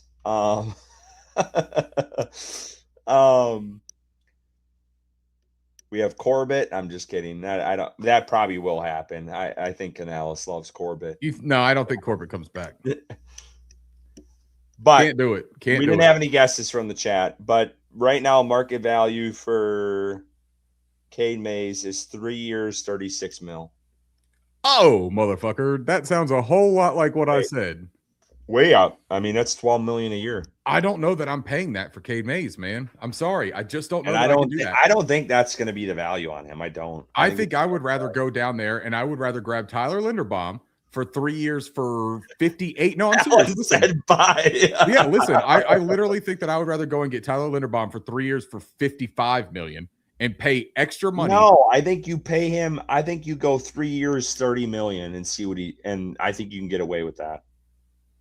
That's crazy talk. I don't want to pay him $10 million. Then go 8 and go 3 years, 20 or 3 years, $26 million. I think it's going to be under that. I don't think it's going to be $10 million a year. I don't think the league values him as much as Carolina does. I think the league. Oh, okay. We'll offer him $8 million, Curtis, and see what he says. Okay, we'll do sign custom, and we don't have to do 3 years. You can do like a 2-year contract with him. So give him $16 million and see what he says to you. 2 when years, his market value is 12 a year, and he can go to like 18. San Diego or something. Yeah, he ain't going to. Dude, he will. He'll go to LA. Linderbaum is probably going to be in LA for the Chargers. If we're being real. Cade Mays would be a perfect signing for them because that's what they want. They want a mid-level cost. But What do you want to give him him for a signing bonus? 4.2 on 2-year, $18 million. $4.02. Yeah, that's wait.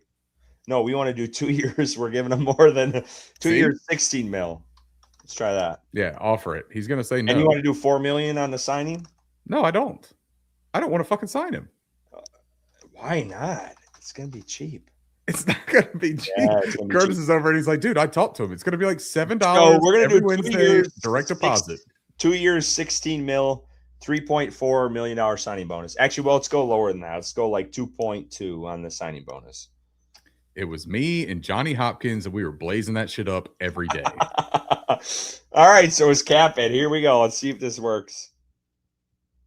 There you go. We got him for 2 years, $16 million. Do we want to do Brady or Yosh? You've gotten really good response from your chat though. Talon says bye. Yeah, that Nate was says that's too much for $36 Cade. million. And then Jared says I don't want to pay a center. Period. So Curtis, Jared, who are you going to get then? Here. Hold on, Jared. Who are you going to get at center? Draft. Yeah, how about Sam Hecht? How about Connor Lewis? How about Logan With Jones? no left tackle? How about Matt Glubin? With no left tackle, guys. With no left tackle right now. Why do we not have a left tackle? We don't. Icky's hurt. But you just gave Cade Mays Josh Neiman money. And Josh is a swing tackle. But you gave it to Cade Mays instead. We can sign Josh on the cheap. He ain't gonna. I don't want you. I don't want Josh back. I do not want Josh back. I do. Want I don't Brady mind Josh for 4 games. Like I don't think that's gonna be a big deal. I want Brady Christensen back, and I want Christian Roseman back. Those would be the 2 that I'm looking at right now. Jared has spoken. Hey, there's Chris Dillard again with the wise response. We got Samac, Nick Samac, and Rick, Sam Martin. I Ricky, definitely want Sam Martin. We'll be here all night if we don't move this forward. Is there anyone you want between Brady or Yosh, or you're good? I mean, I think you could probably get Brady for like 1.2 million over 7 years. So I mean, so we sign him to the minimum. Brady to the minimum 1.2. I'd sign him to the minimum. Okay, let's sign him to the minimum. That injury is a tough one to come back for, though. All right, we just got Brady. We're still at 29 mil. Sam Martin, did we re-sign Sam Martin? We're getting there. So Sam Martin, where is he? Oh, there he is. Do we want to sign him to a minimum? Minimum. All these fools. We got to move on. And you already gave Cade Mays all our fucking money. Oh my God! Stop. We have 28 million. We have a ton of money. Cade Mays has a 42-count Supreme box sitting in his. Do we want to sign Bryson's Darlene and Hunter Renfro? No. What about Roseboom? Look at the minimum for Roseboom. We don't have Nick Scott signed. Do we want to sign Nick Scott back? I do. Okay. Look at Roseboom. Let's do market value on Scott because I don't want to just do minimum for everyone because I think that's bullshit. If you're paid, no. Oh my God. What's market value for Nick Scott? $5 million? No. I think that's probably pretty fair. No. Yeah, we're gonna do market value. All right, we just signed. We lost, dude. It didn't take much of a hit. We're at 28 million. Okay. So, oh no, we didn't sign him yet. It would be 5 million. Oh my God. Here we go. Okay, so we're at 24 million. If you do not click Christian Roseboom's name, after I've asked 7,000 times to look at it. Yes, we'll look at Rose Boom. What about DJ Wanham? What the fuck about him? I'm just kidding. So Rose Boom is market value is 1 year, $3 mil. Sure, I'm down. Ricky, I'm fine moving on from him. You got to do whatever you got to do here.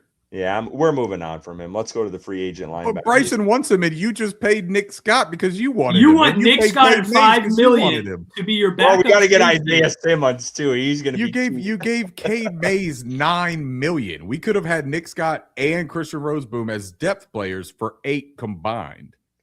Okay, what you want? All right, we'll do Roseboom for minimum. You got to give Bryson something that he wants here. You can't keep. You want minimum or market value? Minimum, motherfucker. Minimum. Now he's talking. Now he's like, oh shit. Look at Keaton. Keaton said, I don't mind y'all being here all night. That's right. Keaton's got a 3-hour drive. He's trying to egg this on. He's like, hey, all right, linebacker. Every free agent? Let's get back to business now. So we took care of business a little bit. Now go to real football players. All right. So we got $24 million. Ooh, now you got to realize some of these, like these numbers, and I looked at this before. You can get yeah, you guys are chat's distracting me. You can get Devin Lloyd with this money. From what I even went market value. So then you just have to pay all the draft picks in fucking Cajun fries. Yeah. So we have 12 million we're working with right here. If you take Devin Lloyd out of the mix, you have Alex Anzalone. Caden Ellis. I'm down for Caden Ellis. What's the cost on Caden Ellis? Let's see here. His market value is 3 years, 26, which isn't bad. I would do that.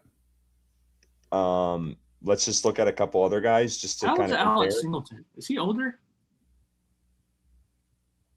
Yeah, that's a dude from Denver. Denver, yeah. Yeah, a little bit. Not like super old, but I think he's 30, 29. I think, maybe. Oh, Willie Gay Jr. Let's look at Nakobe Dean. And we got Leo Chenal too. Yeah, what's Nakobe? He's 4 years, 31. So he's pretty comparable to Ellis, because you got the 4 years instead of the 3. What Ellis provides is a little bit more on the versatility, I think, and a little bit more of the pass rush, right? Shaq Thompson. Let's look at Leo Chenal for a second, because I'm just curious. He's on the cheaper end. 3 years, 13. He's not going to be your Mike though. So here's the thing: you're still going to need a Mike. You're still going to need a communicator. Trayvon, if you believe Trevin Wallace. It's not going to be Trevin Wallace. I just don't believe that, man. I don't believe Perryman. We could bring him back. I'm just kidding. I think that if you do, I think that what happens here, right? I still think you could get Lloyd. I do. I mean, Nakobe Dean is a smart player. He's going to be able to handle Mike communicating responsibilities. He'll probably be your green dot on defense. But if you don't do that, I think you take a guy like Caden Ellis, who has versatility, offers a bit of a pass rush to him, but then you have to pair him with a linebacker early in the draft, somebody who's cerebral and smart and can start to fill in that role. And there's a couple guys that fit that billing, but that has to be a planned strategy. There's also Quay Walker from Green Bay that some people like a lot. I think that he's a little bit more volatile. I'm good on him. Yeah, I think he's a little bit more volatile than a lot of people give him credit for, as far as like consistency and playing sound gap assignment, fit in the run. He's a dynamic athlete. And he's a big body, but what about Nakobe Dean? We talked about that pairing. You'd have Jalen Phillips and Dean. I think I'm fine with that. I think that's fun. Yeah. Market value. Was that about like 4 years, 31 mil? Yeah, I mean, we can adjust that. It doesn't need to be that. That's less than $8 million a year. I mean, that ain't terrible. And his cap hit would be $3 million in his first year. So you're talking. I mean, we still have ascended. Bring them all down, man. Bring the little fella to Charlotte. All right. So we got. Look at that. We got 21 mil. We can get Isaiah Likely like I wanted. Let's move. So wait, did we sign a tackle or anything? We have not yet. Because you guys didn't want to touch any of them. Because you wanted to touch Cade Mays. Pause. Yeah, I don't mind. Yeah. I don't mind that. All right, so what do we have tackle-wise? Do we have anything? We don't. We have, Yosh and... Right, so we got a draft. Well, we did take Christensen. We did sign him in the vet min. So he could be your fill-in tackle he's coming off an Achilles. That ain't happening. Not good, bud. So we can look at – I prefer Yosh. I don't know how you are, Ricky. Bryson's clearly out on that. I'm not a big fan. I just think his experience with the offense, I think he was viable when he had to slide in there a couple times. He's not the greatest, but I think he fills the void as much as you need it, and he's cheap. Like, you're probably not going to get a cheaper guy than that. But that's just me. Ricky, where are you at? Talk to us. I don't really know. Because there ain't much here. We can go to right. We can go to right tackle because if you want. Just stay there for a second. What's the? Go to left tackle again. Yeah. Yeah. I just can't see shit. You These got are Cam tiny Robinson, little words. Elvin Beachum, DJ Humphreys, Landon Young, Spencer Buford. Some of these guys.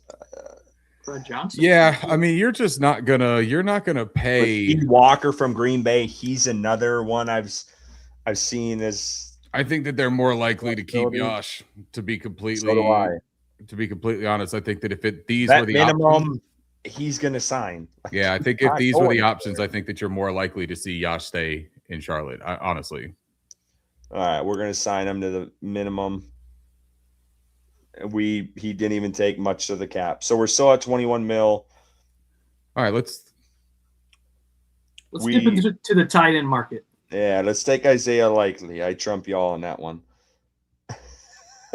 Just kidding. Ian Thomas. Why are you such a fan of Isaiah Likely? Why? I like him. Why? Why not? I think he's a pass catching tight end that could be good for Bryce. But you don't think Kyle Pitts is a pass catching tight end that could be good for Bryce? Too much. I realistically, I don't even think Atlanta gets rid of Dallas Goedert. Isaiah Likely is enticing. I like David Njoku too, but I think he's going to be. I think those guys realistically pull up their market value for these players so that you could compare what at least what Spot Track is saying. 2-year, 19 mil for Njoku. Goddard, 1 year, 6 mil. That's not terrible. That's cheaper than Tommy Tremble, and he's a better tight end than Tommy Tremble. It's cheaper than Cade Mays too. There you go. Kyle Pitts, 4 years, 43. That's steep. I think you could get that down though, honestly. I'm not sure that Kyle leaves Atlanta either. No, I don't either. But if the cost for Kyle Pitts, and I might be in the high minority here, but if the cost for Kyle Pitts was 10-ish a year, I'd pay it. What about Cade Otton too? A guy that Canales is familiar with. That's a fair point, but I'm not a fan of Cade Otton. I'm not either. I'm going to be completely honest. I don't want them rebuilding former teams that didn't win shit. Yeah. Like I can't do this. And I do like Kyle Pitts. I agree with you. Like if he is available, I do think Carolina should go at. Like I don't disagree with you on that. And I don't mind spending money there. Fuck Taysom Hill. That guy will never be in that jersey. Where was Likely? What was Likely's numbers here? He's way down. He's 2 years, 17. So he's around Njoku's. I would rather have Isaiah Likely than David Njoku. And I see that my guy here, Carolina Nate, says that David is my pick for tight end. Not going to lie. David Njoku, I assume he's talking about. Njoku has terrific athleticism. There's something about that guy that rubs me the wrong way. I'm not sure what it is, but there's something about him that just doesn't connect. It doesn't seem genuine. And sometimes what we think about this team too, you got to think a little bit about the personalities that they're willing to bring in and what Canales kind of harps on, what Morgan harps on, right? Like they always talk about those, what kind of person, what is the person? And I'm just not entirely sold. I think that Likely is a guy that they would really enjoy bringing in because he played for a really good franchise. Yeah, Who? I don't like him either, though. Who I was don't it? know why. Austin Hooper. He's kind of old. I like Goddard or Kyle Pitts. I'm not as big of a fan. I just don't think Kyle Pitts is realistic. I do like Kyle Pitts too. I'd sign him. Like, I'd sign him already. Like, he's my top choice out of all these guys. Basically, our strategy here has been to just sign the Eagles to the Panthers. Yeah. What's wrong with that? I think like did you see Likely's answer? Like, I don't know. He just seems like I don't know if you've seen that today. His response to John Gruden asking him, like, what's his next steps? He's like, I just want to go to a team to help the QB out. It just seemed, I don't know. He just seems like it just fits. I don't know. I like him. I do. Oh, this is good by Talon. Said Otten can draw pass interference calls just by tripping over his own feet. So why not? Yeah, nailed it. True. Very true. Keaton wants to sign me 3 years, $10 million. God, am I that cheap? That's crazy that I'm that cheap. What am I talking about? Cheap. I'm sitting. All right, where are we at? Who do we like here? So I'm outweighed on Isaiah Likely. So if you guys want to go that route, that's fine. Let's do it. We'll do the market value. And his cap hit would be $4 million. I mean, we're sitting at right about the amount that we need to have for. No, we still got about 8. We still have a little leeway. I mean, we can save that for the year. Whether we want to maybe sign someone to an extension, because I think that's they always give a little bit bad, but let's pull up the Panthers free agents again and look at that. We have Isaiah Simmons out there. I know that's a popular one among folks for special teams. He had the nice blocked punt against the Rams. Jake Kieran, I think that's a solid depth piece. I like him too. Yeah, I like that Kieran addition. That would be nice. Good call, Bryce. Oh, there he is. So LeBron Ray is not signed, and we want to do minimum for Paul Robinson. Kieran, right? Kieran. Minimum. Yeah. I'm with you, Ant. I thought somebody franchise tagged me too. Who was it? Was it Bryson that franchise tagged me last offseason? Somebody said some shit like that. Took away my negotiating rights. You guys mentioned Travis Gibson. Yeah. But I think that when you just signed Phillips, I think you go and you draft somebody and you let these like practice squad level type players like Travis Gibson. What about Simmons? Where are you guys at? Or Simmons? Where are you guys at with Simmons? I mean, sure, but does Isaiah Simmons do anything that a rookie who has like there's a linebacker for Oregon, right? Bryce Betcher. Does Simmons offer much more than Bryce Betcher would when you draft him in the 5th or 6th round, and he offers you the special teams prowess because he played a bunch of special teams, and he's a younger developmental player? I mean, does he offer you that much more? I still think Simmons is young though. Like, he's not old. Sure, but what does he offer other than special teams? And if it is special teams, how much do you pay Simmons as opposed to what do you pay? Give him the vet minimum. No one really wanted him last year. He came through the Panthers practice squad. Like, he's not going to cost much, and he's got game experience. Talon would like Simmons. Ant would like Simmons. So give the people what they want. Sign Simmons. I would like to, after we sign Simmons here, let's look at the wide receiver free agent market. Yeah, because that was thank you for bringing that up. That was something Morgan has talked about. We didn't even touch on that. He wants to add speed to the room. Tyreek Hill, man. Darrell Bevell. I'm just kidding. He is not coming to Carolina. It's not that well. We also have, and this is interesting because, and Panther Dog mentioned this, and this is someone we can talk about, is Curl. This was someone, if you you do the Charlotte Observer newsletter, Mike K brought up, keep an eye on Curl for Carolina. And I'll tell you what, Mike K has hit on some things in his newsletters. So shout out Charlotte Observer, Mike K, Alex Zetlow. Those guys over there. He said Curl is one to watch for Carolina. A safety from Los Angeles. Correct. Cameron Curl. Yeah, I don't know that I see it, but maybe. So anyway, it's just I saw someone in the chat mention, and then I saw it in the newsletter this week on Monday that Mike K put out. It was more of an opinion by Mike. I don't know if it was as much as a prediction as it was. But anyway, I think it's just something to keep in mind. But let's look at the wide receivers. Bryson mentioned them this week, and I put this tweet out. I knew it would get a lot of attention because and I can't remember who did the ESPN article, but they were matching free agents who would be good fits. And they said Jawan Jennings of Carolina, who, if anyone watched him, that was Bill Barnwell. Yeah. Anyone who watched the Monday Night Football game, that's not fucking happening.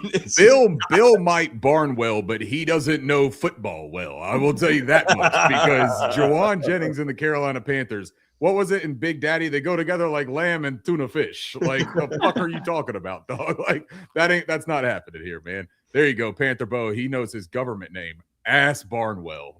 Very nicely done, Panther Bo. Scroll down on that list, Curtis. All right, so here's the list. Someone mentioned Greg Dortch. He's out there. Juwan Dotson. There you go. Tim Patrick. Zay Jones.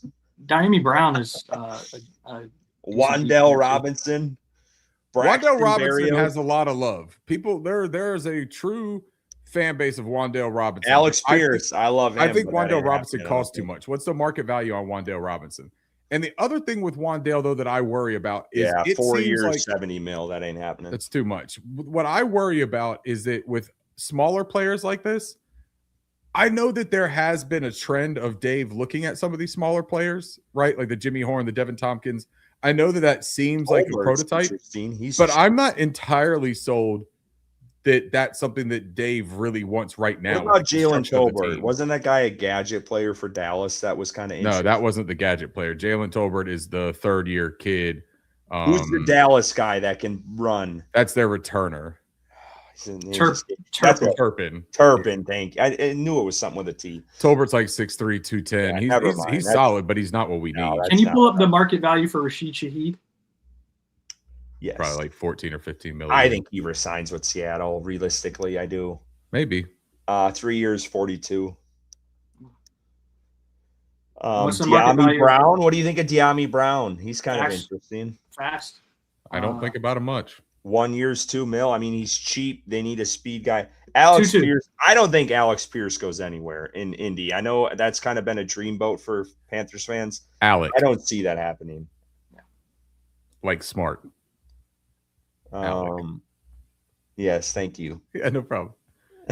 What's market value? Who? Tutu Atwell at the top. Yeah, he can't be more than like 7-8 mil, right? It's cheap. What is he? 1 year, 2.6. I mean, I'm fine. I wouldn't mind that. Yeah, I would go for that. I'd give that a shot. All right. And I think that's probably our wall there, because we're getting close to the and we're at 16 and about 12, I think it is usually for the draft. I'd leave it be where it is. We didn't touch the safety, except we did get Nick Scott. We're drafting a safety. So we're drafting a safety. So this is the team. I'll run through it quickly, who we added. So for the chat, give us a grade. Give us a grade live. I want to see it because we have some other things to talk about. If this will let me go down. Oh, here we go. Man, we did decent amount. Okay, so we signed Jalen Phillips. That was our first move. So our first move as GM, we signed Jalen Phillips. This wasn't Cam Irving. This wasn't the center who's escaping. Yeah, Jalen Phillips, first pick. We converted Robert Hunt's contract to save $13.8 million. We signed Damian Lewis to an extension. We signed Mike Jack to an extension. We signed Nick Scott as a free agent. We signed for $5 million. We signed Isaiah Likely for $4 million. We signed Nakobe Dean for a 3-year deal. I should probably go through some of that instead of. We signed Tutu Atwell for a 1-year deal. We signed Cade Mays for 2 years at $16 million, I believe it was. We signed Jalen Coker for what? 2 years, $12 million. Was it? Cade Mays for 2 years, $44 billion. We signed Yash for the Vetmin.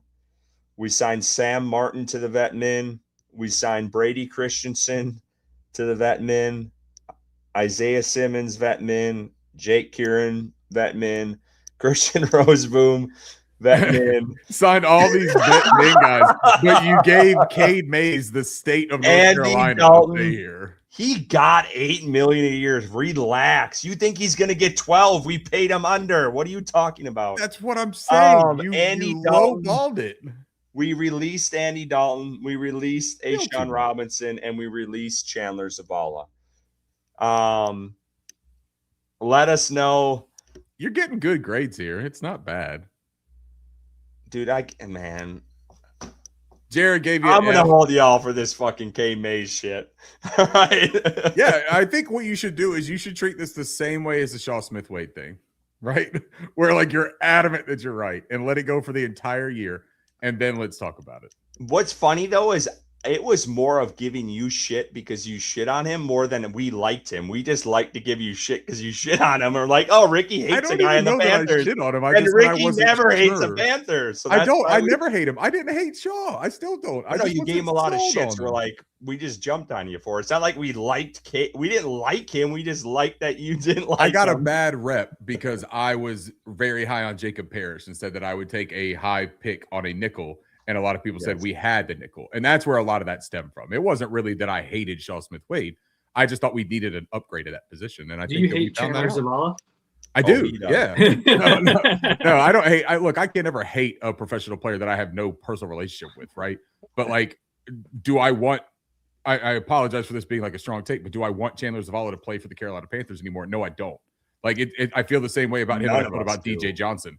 I don't need to see that anymore. Like there is no more, hey, we just need to find out. We need to be sure about this. We should be super duper duper duper sure at this point that guy doesn't need to wear processed blue anymore. Unless he's at a brewery in Germany in Oktoberfest and he is serving the giant pint glass, the dimpled pint glasses to all of his friends.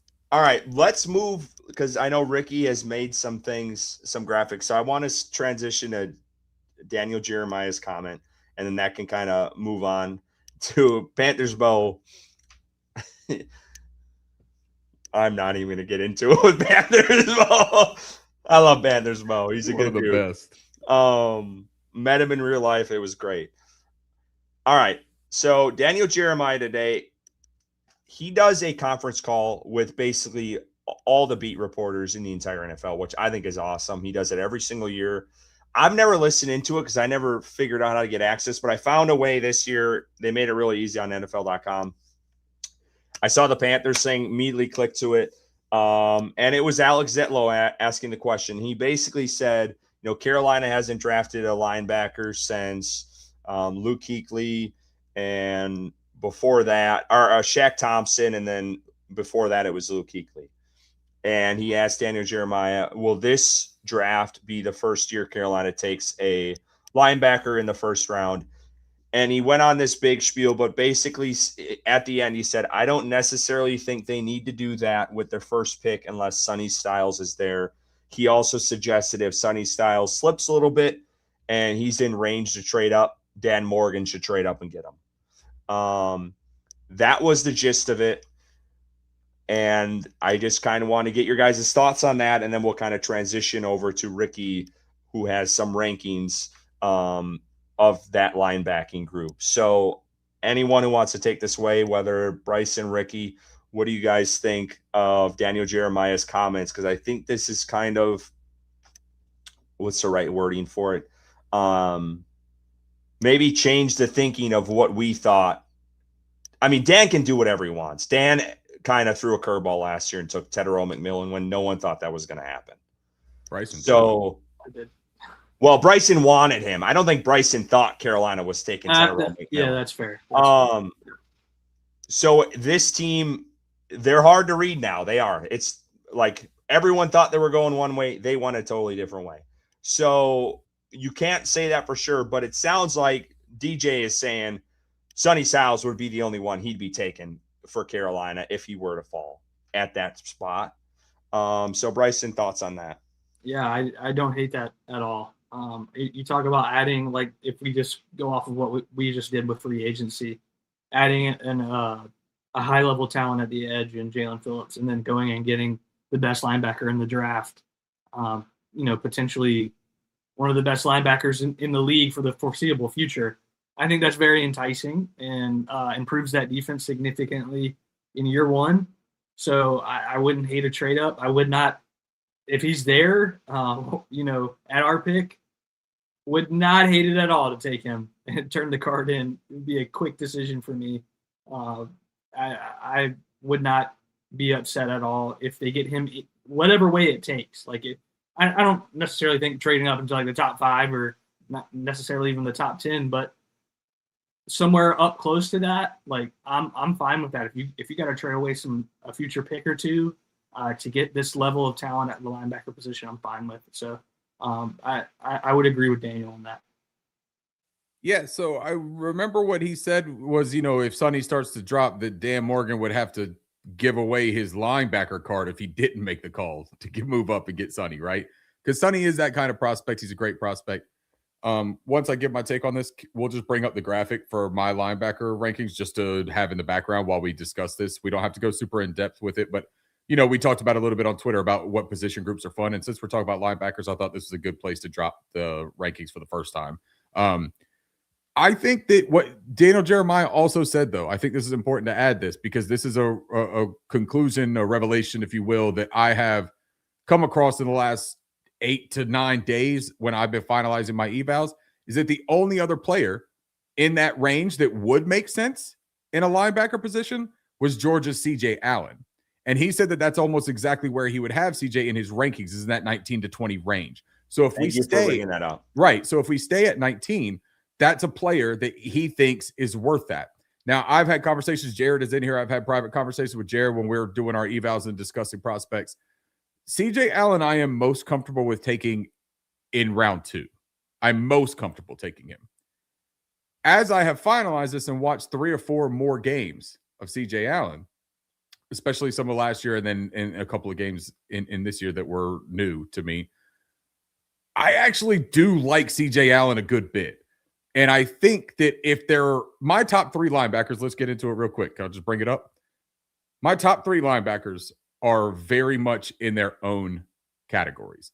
Arvell Reese, for me, is the number 1 linebacker in this class. And I'm not listing him as an edge because I think that he is a linebacker. I think that he is a legitimate off-ball linebacker. I think that his instincts show up in a major way.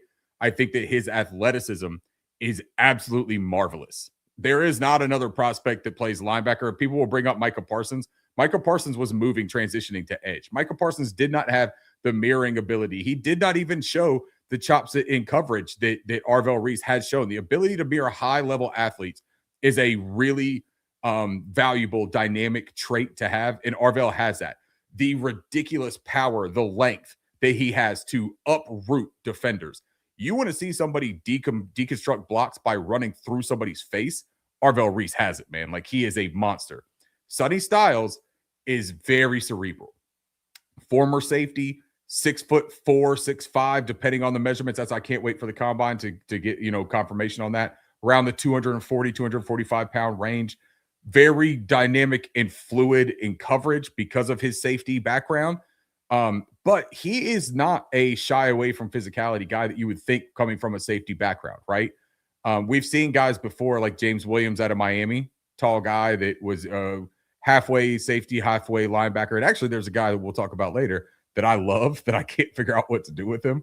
So I didn't even put him on this graphic right now. But Sonny Styles, if he makes it, what Bryson was saying, you make it to that 12 to 14 range, right? And you're right in front of the Tampa Bay Buccaneers at 15. The Ravens are at 14. I don't think the Ravens will go for him because they had their guy, the kid out of Cal, Teddy Buchanan, last year that they like a lot. I'm not sure that they would go Sonny Styles, but they also wouldn't surprise me to just do the smart thing and take best player available that falls into their lap again. That is kind of the Ravens thing. But that may be your limit of where you have to trade up to get, because I think that the Buccaneers take him if he goes to 15. I think that's it. And I think we're stuck playing against Sonny Styles for the rest of our time, and it's going to be awful. Sonny Styles is not the same caliber athlete as Arvell Reese. I want to make that clear. He is very, very high quality, and he does all the great things that you want him to do, and I would be ecstatic to have him. But Arvell Reese, for me personally, does fly above him. CJ Allen, though, man, is clear-cut linebacker 3 for me. Really dynamic player as well. I don't think that he's as natural in coverage, but you're not going to hate watching him get depth. I think that he can mug and drop. I think that he can do that. I think that his ability as a blitzer and an extra pressure defender, I think that it's legitimate. He can come in, he can run through people's faces. The way that he tackles and explodes at the point of contact is phenomenal. Like this is an old school linebacker, but not in the way of like, oh yeah, he can't cover for shit, but he'll run through you. That's Josiah Trotter. Okay, like if you want the old school linebacker that can do everything except everything, it's Josiah Trotter. Like he can defend the run, he can trigger really quickly. But they did a lot of things schematically to cover up Josiah Trotter. Jake Gallaudet is a name that you're going to hear a lot. We talked about the jumbo linebackers with Luke Kuechly, right? 6'4", 240, converted edge player. We took him in our mock draft too. We did. And it's because of the tantalizing potential for a Jake Gallaudet, right? Because his evaluation is wildly difficult, if I'm being honest with you guys. They did not play him in a traditional stack linebacker alignment at all, like hardly at all. Every now and then they did. But they played him in an important position for them. I forget what it is, their terminology that they use on it. It's not the Viper, it's something else. Hulk, I think, is what Cincinnati use for their terminology of it. But it's kind of like that overhang player. It's not necessarily your big nickel, but it's a guy who's too big. He's a jumbo safety who comes in, he's got coverage ability. But with Gallaudet, what's strange is he's not very fluid, man. He's very tight in the midsection. And I worry about that. And you play him as an off-ball backer, I don't know that he has the communication and the instincts to run that. But all of the traits and the tools that he has, it's intriguing, man, and it's really difficult to pass up on that. My 5 here, boys, is the one that I just started watching last week. And I didn't look at the numbers when I was grading these out. Like I didn't look at the totals. I did all of my evals. And then while putting together my positional stuff is where I saw these numbers. He finished top 5 for me, and it was kind of unexpected for me in a way. This dude kind of rules. Keyshawn Elliott, Arizona State. He played his first 2 seasons at New Mexico State. 6'2", 6'3"-ish, 233 pounds, good size, good length. I think he's got 32-inch arms. I think he measured in at. He has all the things that I think I look for from a physical standpoint from an inside linebacker. Mike Backer, experience. 111 tackles his final year at New Mexico State, I believe. I think he finished with like 65 or 70 at Arizona State. He did finish with 7 sacks this year, but they were a little bit misleading. A lot of that was – so one of the things, Bryson, that I love about Keyshawn Elliott, and one of the main things that I look at when evaluating a linebacker or an inside backer especially, is how many plays can they make outside of the tackle box? How many tackles for losses? How can they sift through? When can they know like their instincts that they trigger and they get to a play quicker than a blocker can?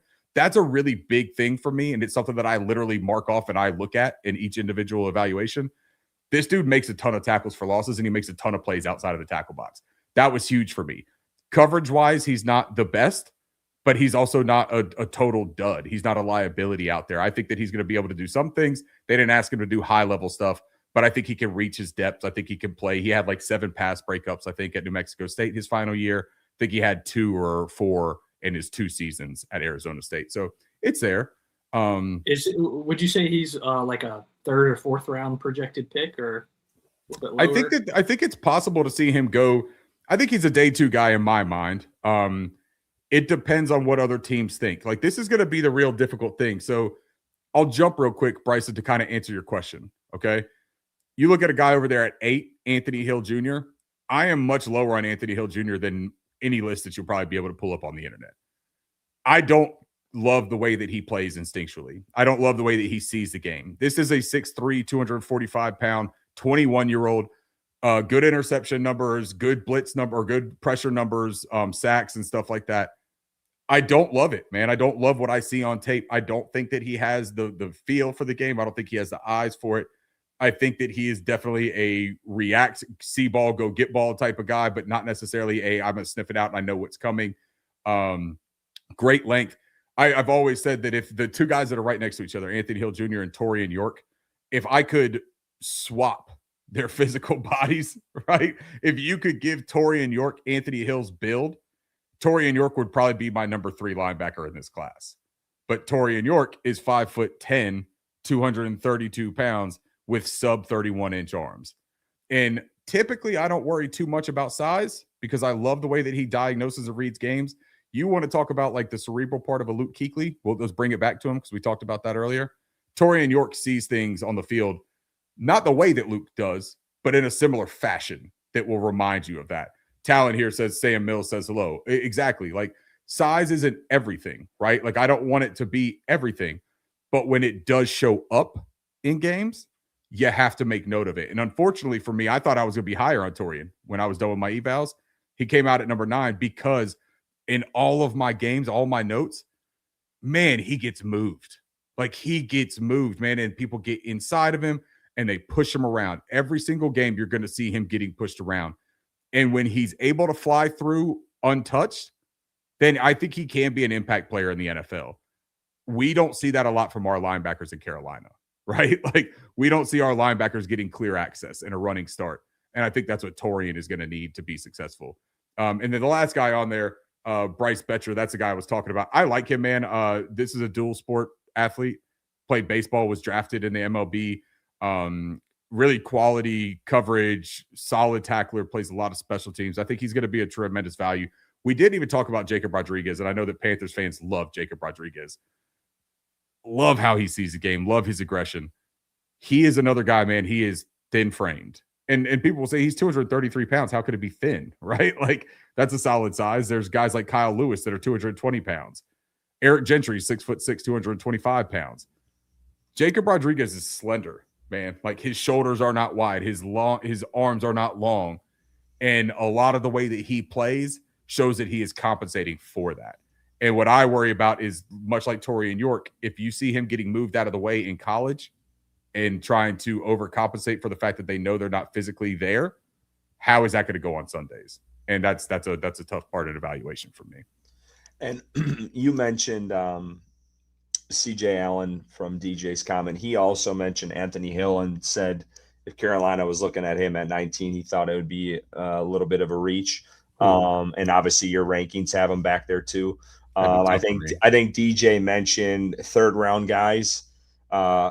Jacob Rodriguez, the guy you mentioned out of Pitt, that's escaped me. I'm not shocked. Kyle Lewis. We talked about Kyle Lewis. Yep. I would have him a little bit higher probably than you would. I have Kyle Lewis playing safety. I'm not putting Kyle Lewis as a linebacker, and I don't think that he plays like a traditional like 2 high safety. I think he's going to play a robber. I think he's going to play a big nickel, a star role.